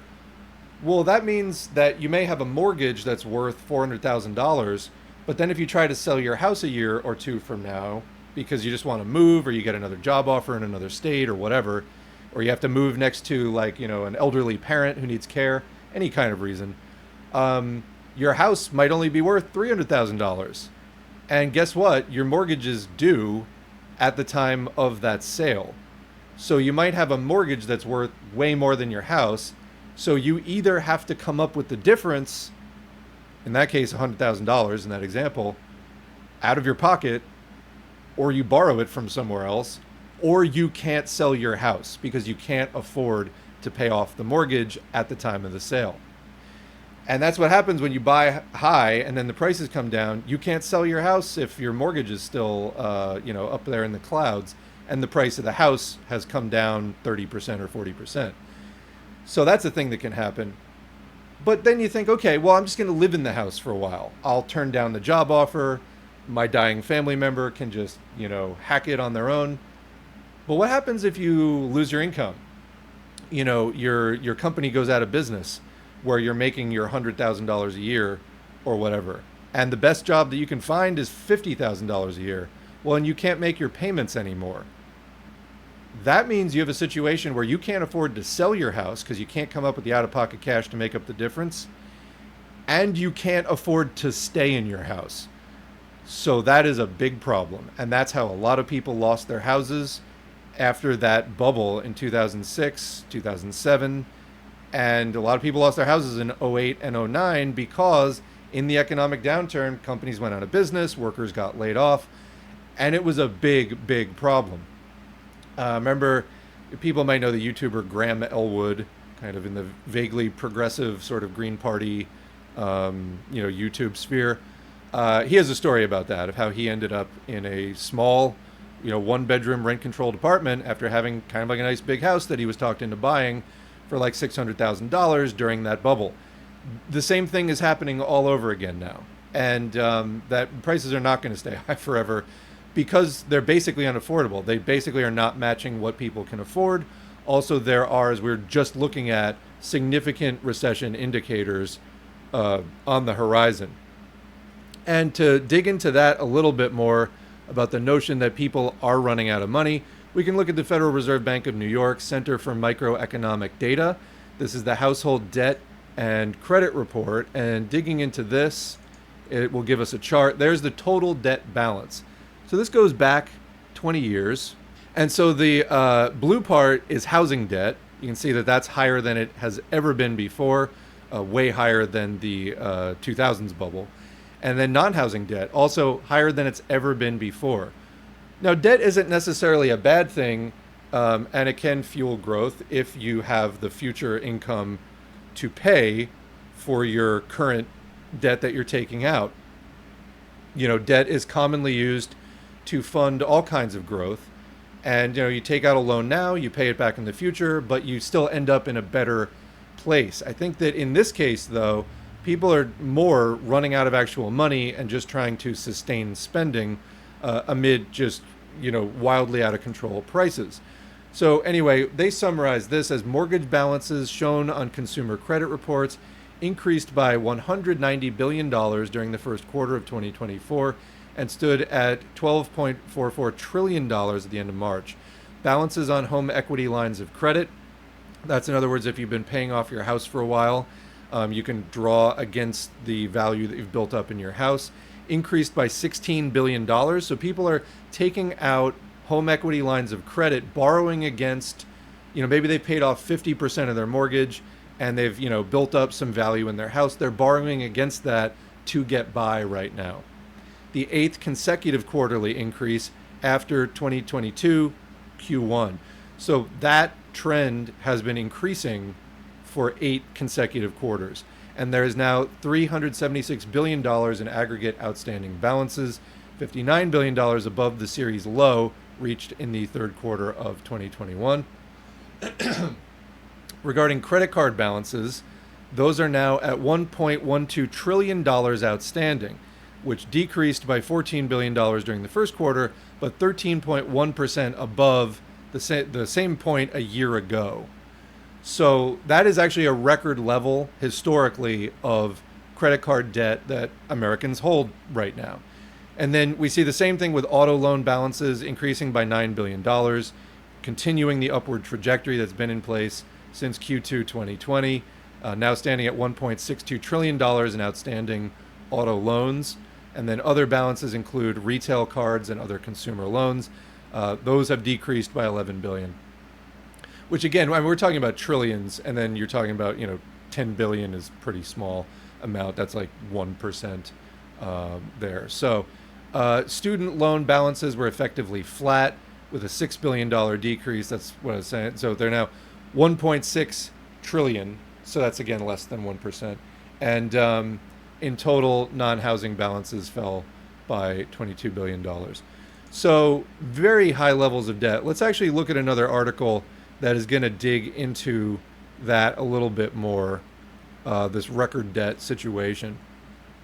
So this is from MarketWatch, and this is from actually today, June 20th, 2024. So while the new year marks a time for new beginnings and a fresh start, millions of Americans entered 2024 with more debt and less to put in their checking and savings accounts. At the start of the year, U.S. household debt reached a record high of $17.3 trillion, according to data from the Federal Reserve Bank of New York. So that's what we were just looking at there.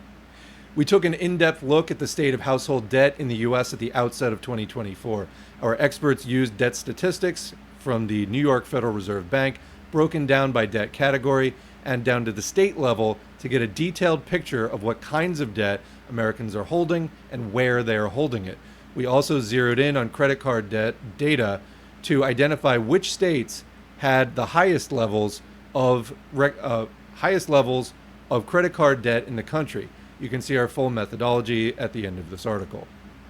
So the key findings were, overall, U.S. household debt increased by almost 5% from November 2022 to November 2023, with credit card debt as the highest type of household debt, increasing at almost 17%. Around a third of Americans said that they expected to go into debt for holiday shopping in 2023, which is something that we did see. And there's all kinds of buy now, pay later stuff. Even financing offered by specific companies. A lot of that you can qualify for online. You might have seen that. I've seen it on random retail websites where it's all kinds of stuff that they now offer in-house financing for. And again, you pay nothing for the first 90 days, but then the interest rates are super high. And also we should mention on the credit cards, what's the average credit card rate? It's in the low 20s right now. I mean, you're paying 21, 22, 23% on the credit card. So it's if you have thousands of dollars on that, you're really racking up a lot in interest. But speaking of holiday shopping, roughly a quarter of Americans said that they were still holding on to 2022 holiday shopping debt ahead of the 2023 holiday shopping season. So they hadn't even paid off last year's debt before they're entering more debt for 2023. And Washington, D.C. has the highest per capita credit card debt in the country, with Missouri having the lowest. So there's a chart. U.S. household debt is at an all-time high. So again, when we talk about people thinking that there's a recession, this is why. It's because people are under more and more strain and they're having to borrow more and more to keep up. That is what this is about. And listening to Biden blather on about a highway or something is like not going to change that. The largest increase in any category was credit card debt, which swelled by 16.6% between Q3 2022 and Q3 2023, the most recent term for which federal data were available. And so that's a lot of this thing with this is the data lag. You don't find out until 6 months later in a lot of these cases. Home equity revolving credit saw the second largest increase, growing by 8.4% over the same period. Auto loan and mortgage debt increased by 4%, while student loan debt saw a modest rise of 1.6%. Household debt in the other category, which includes retail cards and other consumer loans, also saw a substantial increase of 7.7% on the year. The state of household debt. While household debt rose across all categories at the national level, the average amount of debt people hold varies significantly depending on where people live. This is for several key reasons, according to researchers at the New York Federal Reserve's Center for Microeconomic Data, who author the organization's quarterly report on household debt and credit. In a January 16 interview with MarketWatch, the researchers explained why debt levels can vary so much between states. Quote, debt levels vary by state because states have varying levels of income, home ownership, college attendance rates, and car ownership rates.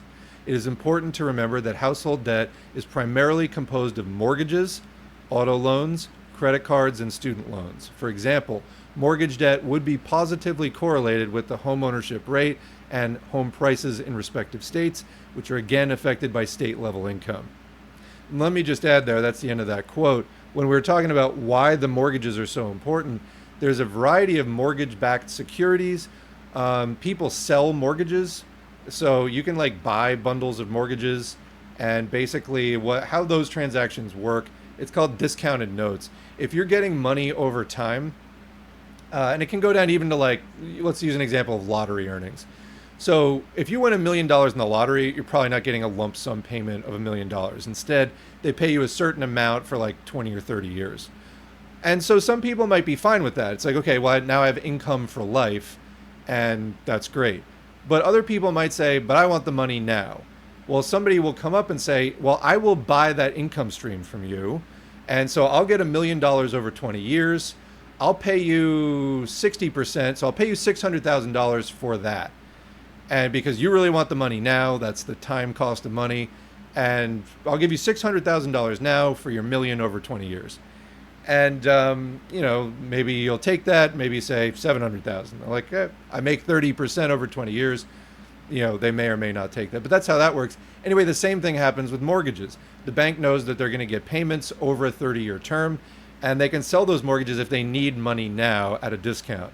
And so mortgage-backed securities of varying risk levels, like in other words, varying likelihood of getting repaid, get sold. And that's where, when you start getting into the subprime stuff, where mortgages are being given to people who are leveraged to the gills on barely being able to make these payments, then when you hit a recession, people take a pay cut, people lose a job, whatever, those mortgages are at real risk of going into, delinquency and possibly default and foreclosure. So anyway, these are the risks that pile up, and the mortgages are kind of the most common large instrument like that.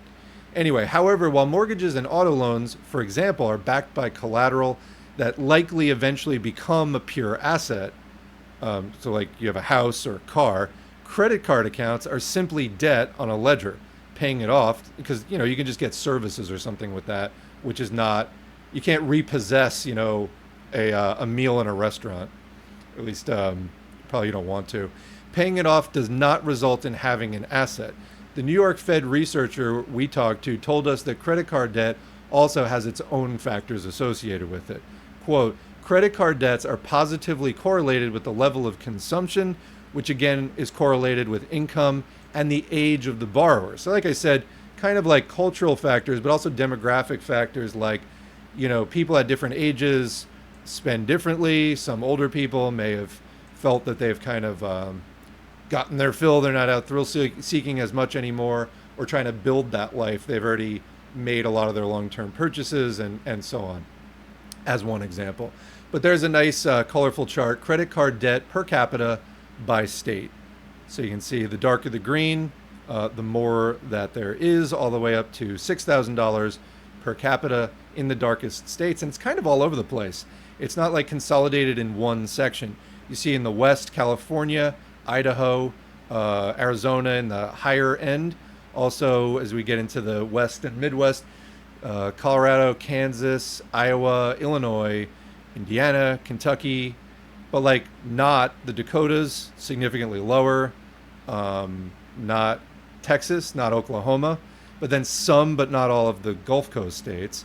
And then in the Northeast, you have Connecticut and Maine, but like not Pennsylvania, not Ohio. So really kind of all over the place. That's actually kind of interesting to dig into something like that.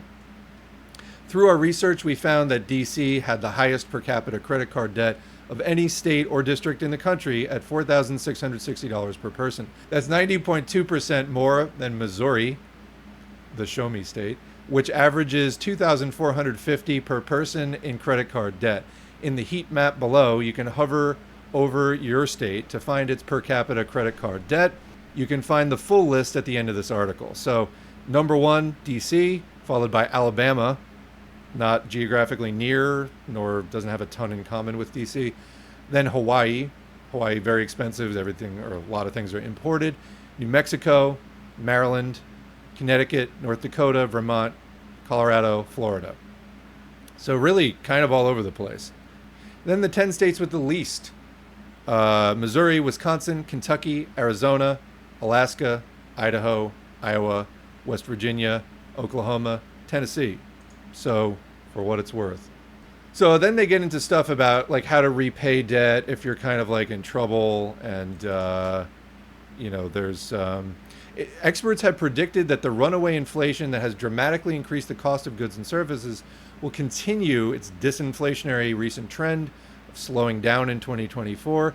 And a development like that would bring relief to Americans who have spent the last several years watching their household budgets dwindle as the cost of living has gone up, and potentially that could leave people to have more to put into savings. They're mentioning various savings instruments. Yes or no? I mean, people who bought houses in the last few years may still be straining to pay those houses off, and so I think it remains to be seen whether people wind up with disposable income even after prices start to crack a little bit. Because remember, we're still behind where we were 3 years ago.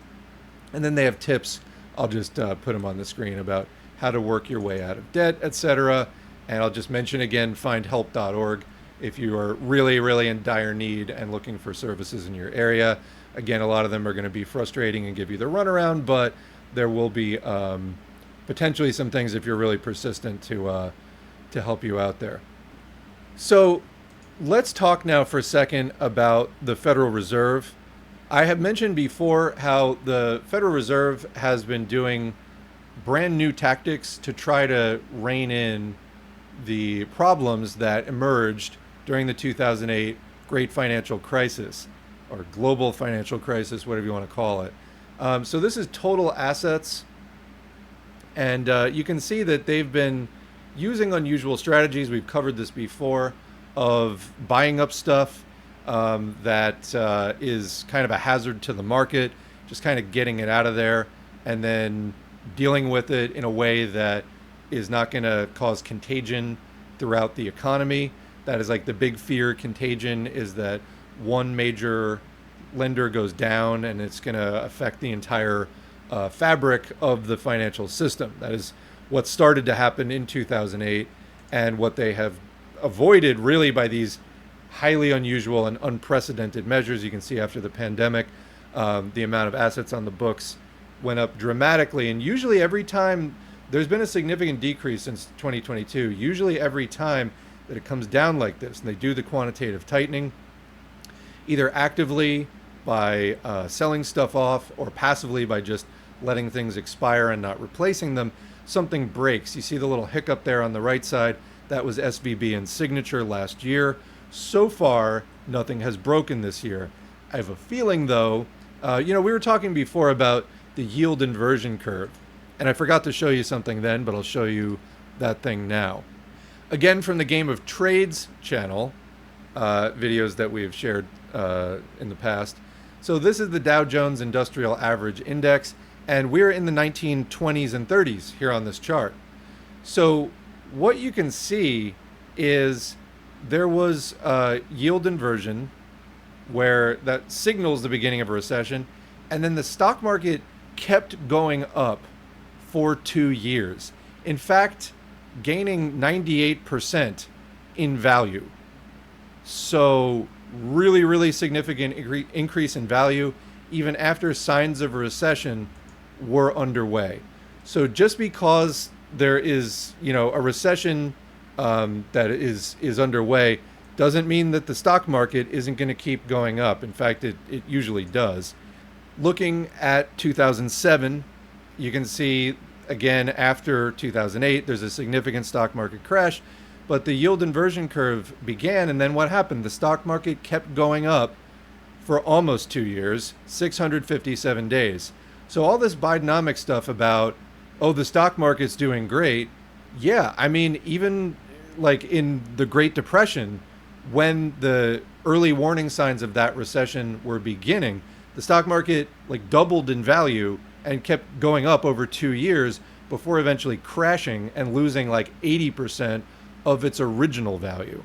And you can see that the crash after '08 was massive also. But this is what they were heralding in 2007 was like, oh, the stock market just keeps going up and up and up.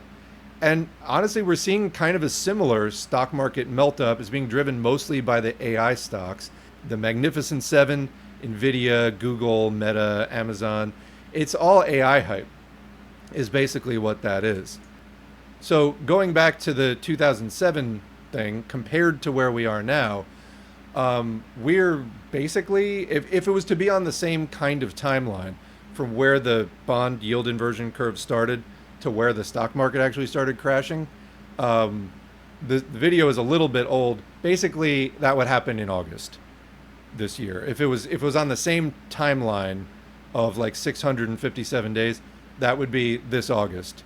So even if it went longer, like if we go back to the Great Depression stock crash, you had 2 full years, so 730 days. I mean, even that is by the end of this year. Now, interestingly, the Federal Reserve, kind of like directly along these same lines, they've been talking about cutting the interest rates maybe at some point in the future after inflation comes down. The market's like, yeah, they're going to cut. No, they didn't say that. And in fact, just a week ago, they made an announcement. So here it is. The Federal Reserve leaves the key interest rate unchanged. They did not cut amid, so it's a little bit like Groundhog Day. Did it see its shadow? No, interest rate unchanged amid signs that inflation is starting to slow further. So again, inflation's still above 3%. They're trying to bring it down to 2%. And they're leaving the federal funds rate high, over 5%, to try to put, some counter pressure on the prices and things. This is really interesting, though, because if you, what did I do here? Sorry, I'm like trying to find, Fed interest. I keep writing federal. That's why it's not. All right. But so if you dig into this, they basically start cutting after the recession is already underway. In other words, they're trying to cause the recession or the downward economic turn by raising the rates, which is going to force the less competitive companies out of business and stuff like that, and cause an overall economic contraction, probably bringing prices down, although you can get the stagflation where prices stay high and you get economic contraction. But anyway, let's read this article and I'll show you a chart. The Federal Reserve said Wednesday that it was keeping its key interest rate unchanged as it fights elevated inflation rates that have been pinching U.S. businesses and consumers. And as we know from earlier in the stream, wages haven't been keeping up with that inflation. In a statement Wednesday, the central bank said that economic activity, quote, has continued to expand at a solid pace, while job gains, quote, have remained strong and the unemployment rate has remained low. Though inflation has eased over the past year, it remains elevated, even as there's been, quote, modest further progress toward the committee's 2% inflation objective. Gotta love the way Powell talks. The Fed now projects just one rate cut in 2024, down from multiple ones in its previous projection. And the market was going crazy over that because anything is sustainable at 1% interest. They really want those interest rates to come down. A lot of these people, their companies and companies that they're backing and have significant financial stake in are going to go out of business if they have to keep borrowing money at 6, 7 or more percent. That's what's going to happen, and they don't want that to happen, so they want the Fed to cut. Again, coming back to a musical chairs thing, I mean, they want their company to stay in business, and certain companies have already gone out of business. They're already not competitive. They couldn't borrow even once or twice at that rate, but as they have to refinance their debt, they're just like, please cut the rates before we have to refinance because we can't afford not to, or it would be really painful to do it at the elevated rates. And so they're going crazy. Like, the Fed's going to make multiple cuts in 2024.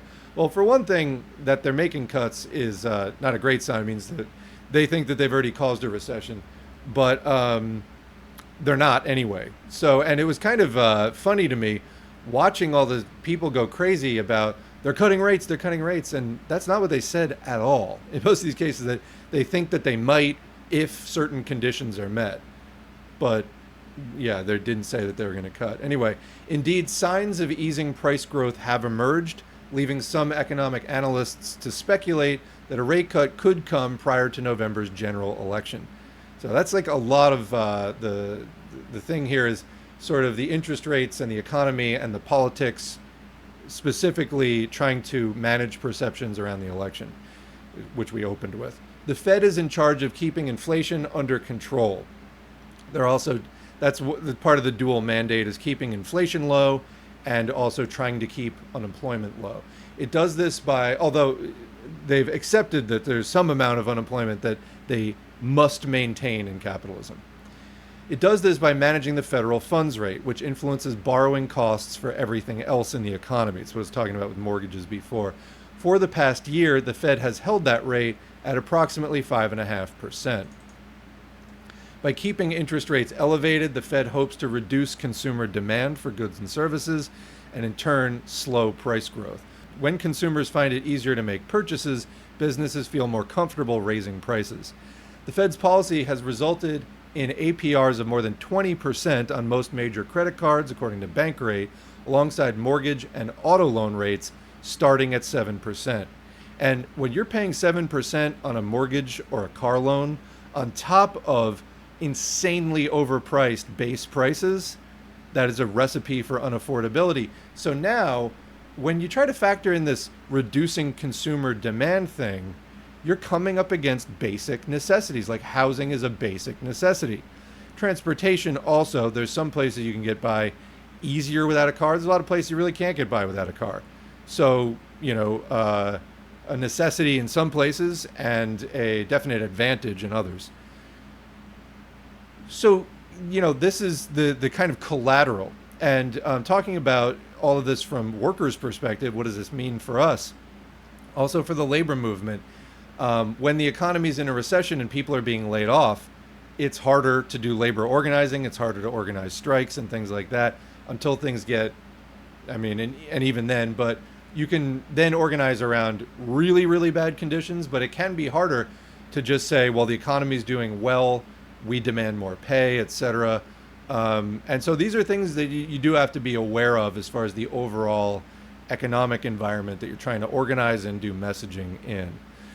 Those higher rates, the federal funds rate, may be working. Earlier Wednesday, the Bureau of Labor Statistics reported that 12-month inflation hit 3.3% in May, compared with 3.5% in April, and lower than analysts' expectations. On a monthly basis, inflation didn't rise at all. That's the first time that that's happened in basically 2 years, since July 2022. Fed officials have indicated that there are no rush yet to change the current federal funds rate level, hoping instead for continued progress on price growth. Quote, many more months of positive inflation data, I think, to give me confidence that it's appropriate to dial back. Neil Kashkari, president of the Federal Reserve Bank of Minneapolis, told CNBC last month in an interview when asked what it would take for interest rates to come down. All right, So that's what they're looking for. And let's look at this chart. This is a chart of the federal funds rate. You can see it is over 5% over there on the right. That's where we are now. And you can see historically what it's been. Again, the gray shaded areas are recessions.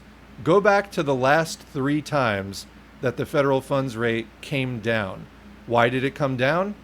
It came down because a recession was imminent. It started dropping right before the recession. Okay, so they raise it to try to more or less induce a recession. And then when they cut it, I mean, it might mean that, yes, your business possibly was spared, possibly, but it really means that a recession is like about to happen. So again, on the gaslighting people that, oh, there's no chance a recession is around the corner. Well, I mean, the federal funds rate has been elevated for a similar amount of time that it was prior to 2008, if we compare that, and at a similar level as well. So, I mean, why wouldn't you think that a recession is like coming in the pretty near future? So I have another article here that I wanted to take a look at. This is from Pernis Research, The Fed and Investor's Guide, Part 2, Lender of Last Resort versus Buyer of Last Resort. In other words, how are they keeping things going right now? We are not going to have time for this article. I'll see if I can cover it again in the future. But let's talk about zero down mortgages for a second, because this is, again, key. I mentioned it before.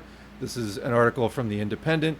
Zero down mortgages are back, sparking fears of being the new subprime loans, which caused the 2008 market crash. So what I'm trying to tell you out of the stream is, if you're not already thinking about this kind of stuff coming back in the near future, you should start thinking about it, and what that's going to mean for you quickly, because I do think it is not that far down the line. So anyway, this is from 2 weeks ago. And what's a zero down mortgage? It's a mortgage where you don't have to put any money down. Usually, most mortgages, you got to pay at least 3% as a down payment. Sometimes up to 20% if you don't want to pay for private mortgage insurance, which basically is an extra payment because you're a riskier borrower if you haven't saved enough to put 20% down on the house. Although, again, at the median house price being $420,000, you're talking about over $80,000 saved up at that point. That is kind of a lot. And that's on top of your 6-month emergency fund and all the other things that, quote, responsible savers are supposed to have. I mean, many of us, I don't have anything close to that. If you're doing a lot of kind of basic labor jobs, you probably have nothing like that, especially if you're, not unionized. So anyway, a new zero down mortgage program has sparked concern of fueling another housing bubble. Well, I think too late for that. We're already in a housing bubble. I think pushing it to the breaking point is more like it, given its similarities to the disastrous subprime loans that contributed to the 2008 housing market crash. The programs, announced 2 weeks ago and offered by United Wholesale Mortgage, allow qualified borrowers to receive up to $15,000 in down payment assistance. And like I said before, many states and localities offer down payment assistance. If you need down payment assistance, you probably can find it on a basis that you don't need to pay back or something like that. Look around. It may be frustrating trying to qualify for these things or even getting callbacks. But if you need it, look. And, a lot of times the most persistent people are the ones who actually get the award, the grant, or whatever. But these programs are out there. Not everybody's going to wind up getting them, but if you don't try for them, you definitely won't get them. But it's a hell of a lot better than going to one of these predatory things. Anyway, the interest-free loan program does not require monthly payments and aims to, quote, help more borrowers become homeowners without an upfront down payment, the company said. So let me cut to the chase here. Basically, what does this mean? It means that you're getting a second loan in addition to the mortgage, which pays for the house. You're getting a $15,000 loan, or up to a $15,000 loan, to cover the down payment. Now, again, is that 20% of anything that a house is going for right now? Not really. Maybe in some areas, but not in most areas. But anyway, you can get the second, in addition to your mortgage, $15,000 interest-free loan, which doesn't require monthly payments. Sounds good, right? Problem is, if you have to sell your house or just want to sell your house, if you sell your house, you have to pay it back at the time of the sale. So there's another $15,000 that you have to cough up. And it's another $15,000 that you didn't put into the equity of the house in the first place. So when we talked about people ending up underwater and in a situation where they can't sell their house and they might have to stay in their house, and then if they can't afford, if their income changes and they can't keep making payments on their very expensive house, which pretty much every house right now is very expensive,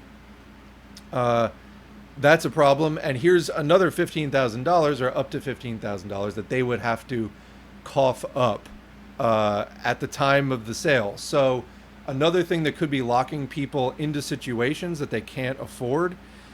Now, one of the things that I have heard from real estate people is that in 2008, you had a situation where people were just throwing the keys in the mailbox and calling it done. Actually, let me say that again.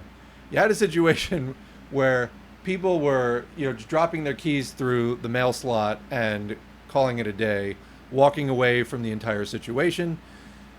Apparently, there are things on the horizon where some of the governments are anticipating a situation like this popping up again. They're trying to think of what can we do other than just kicking people out of their houses. So there's different things. And if you search even on YouTube for Canada housing crisis or CBC housing crisis, the housing crisis in Canada is even worse than in the US, if that's even imaginable. But it is. And one of the things that they're talking about is extending the mortgage period to 40-year mortgages. Another thing is just switching it where, let's say that you have a, $2,000 a month payment on your house. And a certain portion of that is going towards the house and a certain portion of that is servicing the interest. Well, they would just make it so that you're just paying the interest if that's all you can afford, but you're not putting anything toward the house. In essence, you get to stay in the house, but you're not paying the house off, and you're basically just renting it from the bank more or less indefinitely. That is super screwed up and predatory. And again, they could probably never move unless they were able to find a buyer that was willing to pay, whatever was left on the mortgage. But there are some potential weird scenarios. I've heard some kind of second mortgage stuff being floated as ways around this. The fact that these things are coming up to me indicates that they're already anticipating, people in charge of the system are already anticipating a major problem. And we may see, very creative but predatory solutions to the housing crisis. We need to throw this whole system away. Again, we're just going to get more and more of this kind of crazy situation as time goes on. I think last thing that we're going to look at here is problem banks. What is this all about? We got problem banks. Wait, I thought that the Dodd-Frank took care of all that. Well, this is Business Insider. Higher interest rates have created 63 problem banks and $517 billion in unrealized losses, the FDIC says.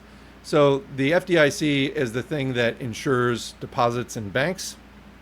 It's the deposit insurance company. And so that's kind of a problem, isn't it? It's right there in the title. So what is this? People have been warning for a while that small and medium banks are not going to be able to survive the higher interest rate environment. Now it looks like there are 63 that have been identified as really potential imminent problems. So higher interest rates continue to put pressure on the U.S. banking system. The FDIC says that the U.S. banking system has 63 problem banks and is sitting on $517 billion in unrealized losses. Upward pressure on mortgage rates has significantly hurt the banking sector because people don't want to buy a house right now. It's a bad time to buy a house. The houses themselves are way overpriced due to just all the hijinks going on in the housing market. And then the loans themselves are too expensive. The interest rates are too high to pay for that overpriced house. So a lot of people have recognized that it's a terrible time to buy a house. You should just literally wait. And rents are high too, but it's at least you're not tied to the rental. You're not going to lose money on it, or something like that. in the event of a crash, or you end up underwater or something like that. So they're saying more than a year after the downfall of Silicon Valley Bank, higher interest rates are still putting pressure on the U.S. banking system.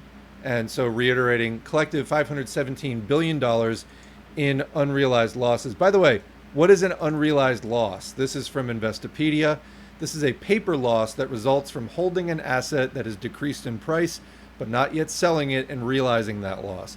An investor may prefer to let a loss go unrealized in the hope that the asset will eventually recover in price, thereby at least breaking even or posting a marginal profit. For tax purposes, a loss needs to be realized before it can be used to offset capital gains. So in other words, it's like the house we were talking about before. You bought it for $400,000. It's now worth like if you had to sell it today, the most you could realistically hope to get is $300,000. That is an unrealized loss. It's a loss on paper that basically your assets, if you sold them, would result in a loss versus what you paid for them. And so now there are 63 banks that are sitting on these unrealized losses collectively valued at $517 billion. If they have to realize those losses, what happens is the question. This has been sparked primarily by a surge in interest rates over the past 2 years, which have driven down the price of fixed income securities held by banks. That's part of how banks finance themselves. And that's now worth less. If they had to sell them, they would realize a loss. And so the unrealized losses, just sitting on the books, increased by $39 billion in the first quarter relative to the fourth quarter. So that's $39 billion decrease in value over that quarter, which is, again, only 3 months. So that is a significant sinking. So, quote, higher unrealized losses on residential mortgage-backed securities, we're just talking about those, resulting from higher mortgage rates in the first quarter drove the overall increase. Mortgage rates have been on the rise since the start of the year, with the 30-year fixed mortgage rate rising from about 6.6% in early January to just over 7% today, according to data from Freddie Mac. This is the 9th straight quarter of unusually high unrealized losses since the Federal Reserve began to raise interest rates in the first quarter of 2022. From 2008 through 2021, the U.S. banking system's unrealized losses and gains on investment securities ranged from as much as $75 billion in losses to just under $150 billion in gains. Meanwhile, the 63 problem banks in the first quarter represent an increase of 11 banks from the fourth quarter of last year. So there were 52, now there's 63. The FDIC categorizes problem banks as banks that have a CAMELS composite rating of 4 or 5. That rating measures the financial strength of a bank through 6 categories, including capital adequacy, assets, management capability, earnings, liquidity, and sensitivity. So basically, how likely is that bank to be able to weather a storm? The rating system ranges from 1 through 5, etc. Total assets held by the 63 problem banks in the first quarter was $82 billion, suggesting that most of them are smaller in size. So that's how it begins, and that's how we wind up with more or less, one bank at the end of all of this as they get consolidated. We've shown charts of the consolidation in the banking system over the last 20 or 30 years. It is really significant, likely to continue. That's how capitalism will develop. While there has been an increase in problem banks due to higher interest rates, it shouldn't be a cause for concern just yet, always. Quote, the number of problem banks represent 1.4% of total banks, which is within the normal range for non-crisis periods of 1 to 2% of all banks. Well, we will certainly see, won't we? I am not likely to take that at their word at this point. Anyway, I think we'll actually leave it there for today. I had a few other things that I was thinking of getting to, but I think that that's enough, actually. The chat, I'm sure, is overflowing. Let's get back to the chat. And I do have just a few minutes to kind of catch up. There's no way I can really, do all the chat at this point, but I can see what I can do in about 15 minutes. And that's as close to 2 hours as I can keep it. So anyway, what do we have? Bit tired of political gaslighting from progressives. No kidding. Me too, except they are not progressive. They are counter-revolutionary campists. Take the easy out when the shit hits the fan. Biobot evolving absolute corporate speak. Yeah, definitely. There's definitely less masking. We get looked at like we have two heads at the grocery store. Yeah, I mean, I've been in areas where people stare, and then I've been in areas where people don't stare. It just depends. It's going to make a lot more sense to them come fall and winter. But yeah. The only people I see wearing a mask at my grocery store besides me are senior citizens because they are aware that COVID could just outright kill them. Yeah. I wanted to be part of the S4A podcast, and it's my first time here. Welcome, Kinetheus. Welcome to all the first timers and the people thanking for various things. Speaking of housing, do you have any good reading or video recommendations on that topic? I mean, we covered a lot in here. I would just make a list of additional research questions on this and then, follow it up. I'm happy to try to answer questions, more specific questions from there. Apparently, Huawei, who does a lot of business in Argentina, has been buying and exporting beef in lieu of currency because the Argentinian currency is completely wrecked. All right, we have a guess that there will be stagflation, that the prices will not come down. Can't take up too much time and space to specify why. All right, maybe next time. Some people talking about their symptoms of COVID, shortness of breath. H5N1 will likely become a pandemic to humans soon. I mean, I definitely hope it doesn't, but it's been spreading a lot in animal populations. And then, so far it's just jumping to humans that have close contact with the animals, but not spreading among humans, like human-to-human transmission. That's what you got to worry about. When it can evolve to spread human-to-human, that's the really bad thing. It has a 50% mortality rate. Yeah, I don't even really think about my mask anymore. I'm just like, I used to like wear the mask and still be stressed about like crowds. Like I wear it, I do still avoid crowds for the most part, but I'm kind of in the trust the mask mode at this point. Just it's too much strain not to, but I mean I do wear it. I sure hope we've gotten better at organizing. If we aren't organized when the next crisis comes, we all know what happened in Germany and Italy. Yeah, for sure. If World War III starts, we have to resist the draft. Yeah, there was actually a bill that passed recently. I think it was maybe it was in the NDAA this year, where they were streamlining the registering for selective service program. Like you already are automatically registered for it. Like when you get a driver's license, it's different from state to state, but I think they're going to do it nationally. I'm from New York City. I tried to move to Seattle on $60,000 a year and was destroyed. That sucks. I just decided to stay in New York City. Absolutely. Yeah, there was no housing in an area that wasn't a war zone that I could actually afford. Welcome to the new America. I mean, it's getting super, super bad. And I say that as somebody that has not been hit. I have flirted with being homeless, but fortunately, I've avoided that just by the skin of my teeth a few times. But that is the way things are now, and the signs of the housing crisis are everywhere, and there's not appropriate discussion going on about it. In fact, I recorded about 20 minutes of the next homeless industrial complex reading, and I had to stop because it was just kind of a little too much for me right now. But I'll resume that when I can. I mean, the other thing, like I've gotten some apps that have real estate data because I was looking seriously at what I could get. And even in the areas where houses are relatively inexpensive right now, like compared to other regions, if you look at the historical data, they're way overvalued compared to what they're actually worth. Like I was saying, houses worth 120 that are going for 200. And it's like, well, 200 is still pretty cheap compared to a lot of other areas, really cheap compared to some.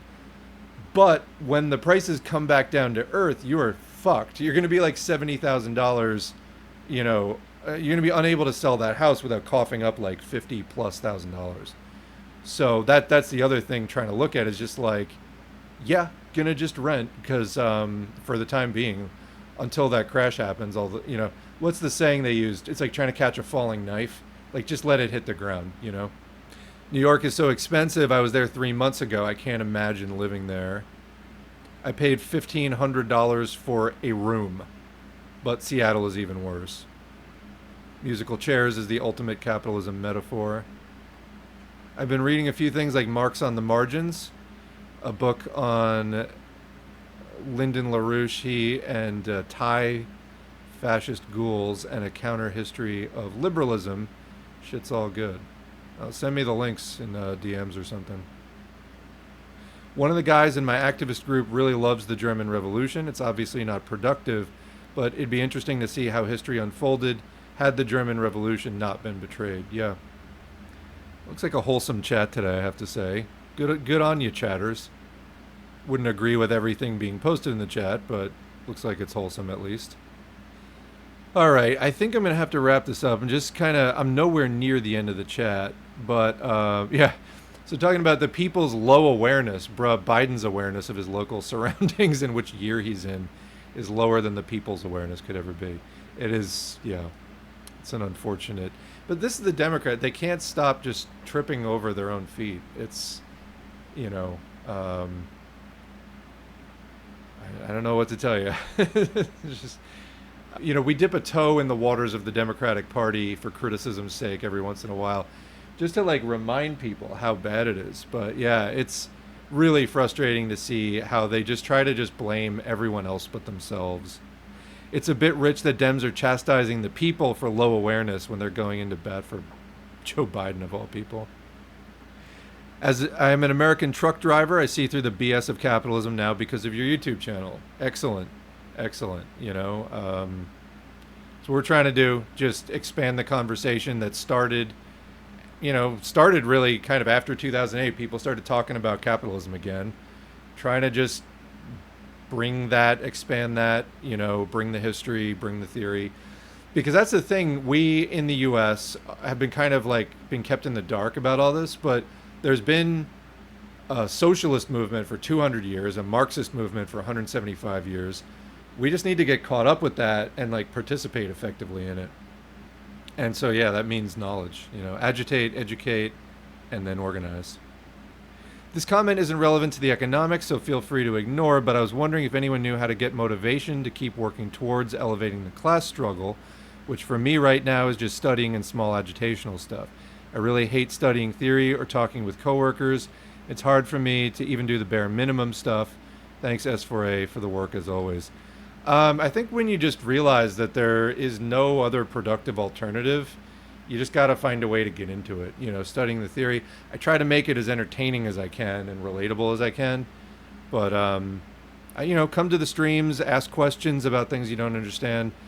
Make it a part of your life. Befriend some people here and chat with us and, let it build from there. I have finished the Marxism-Leninism course 1 through 4, and I'm loving the Fascism and Social Revolution.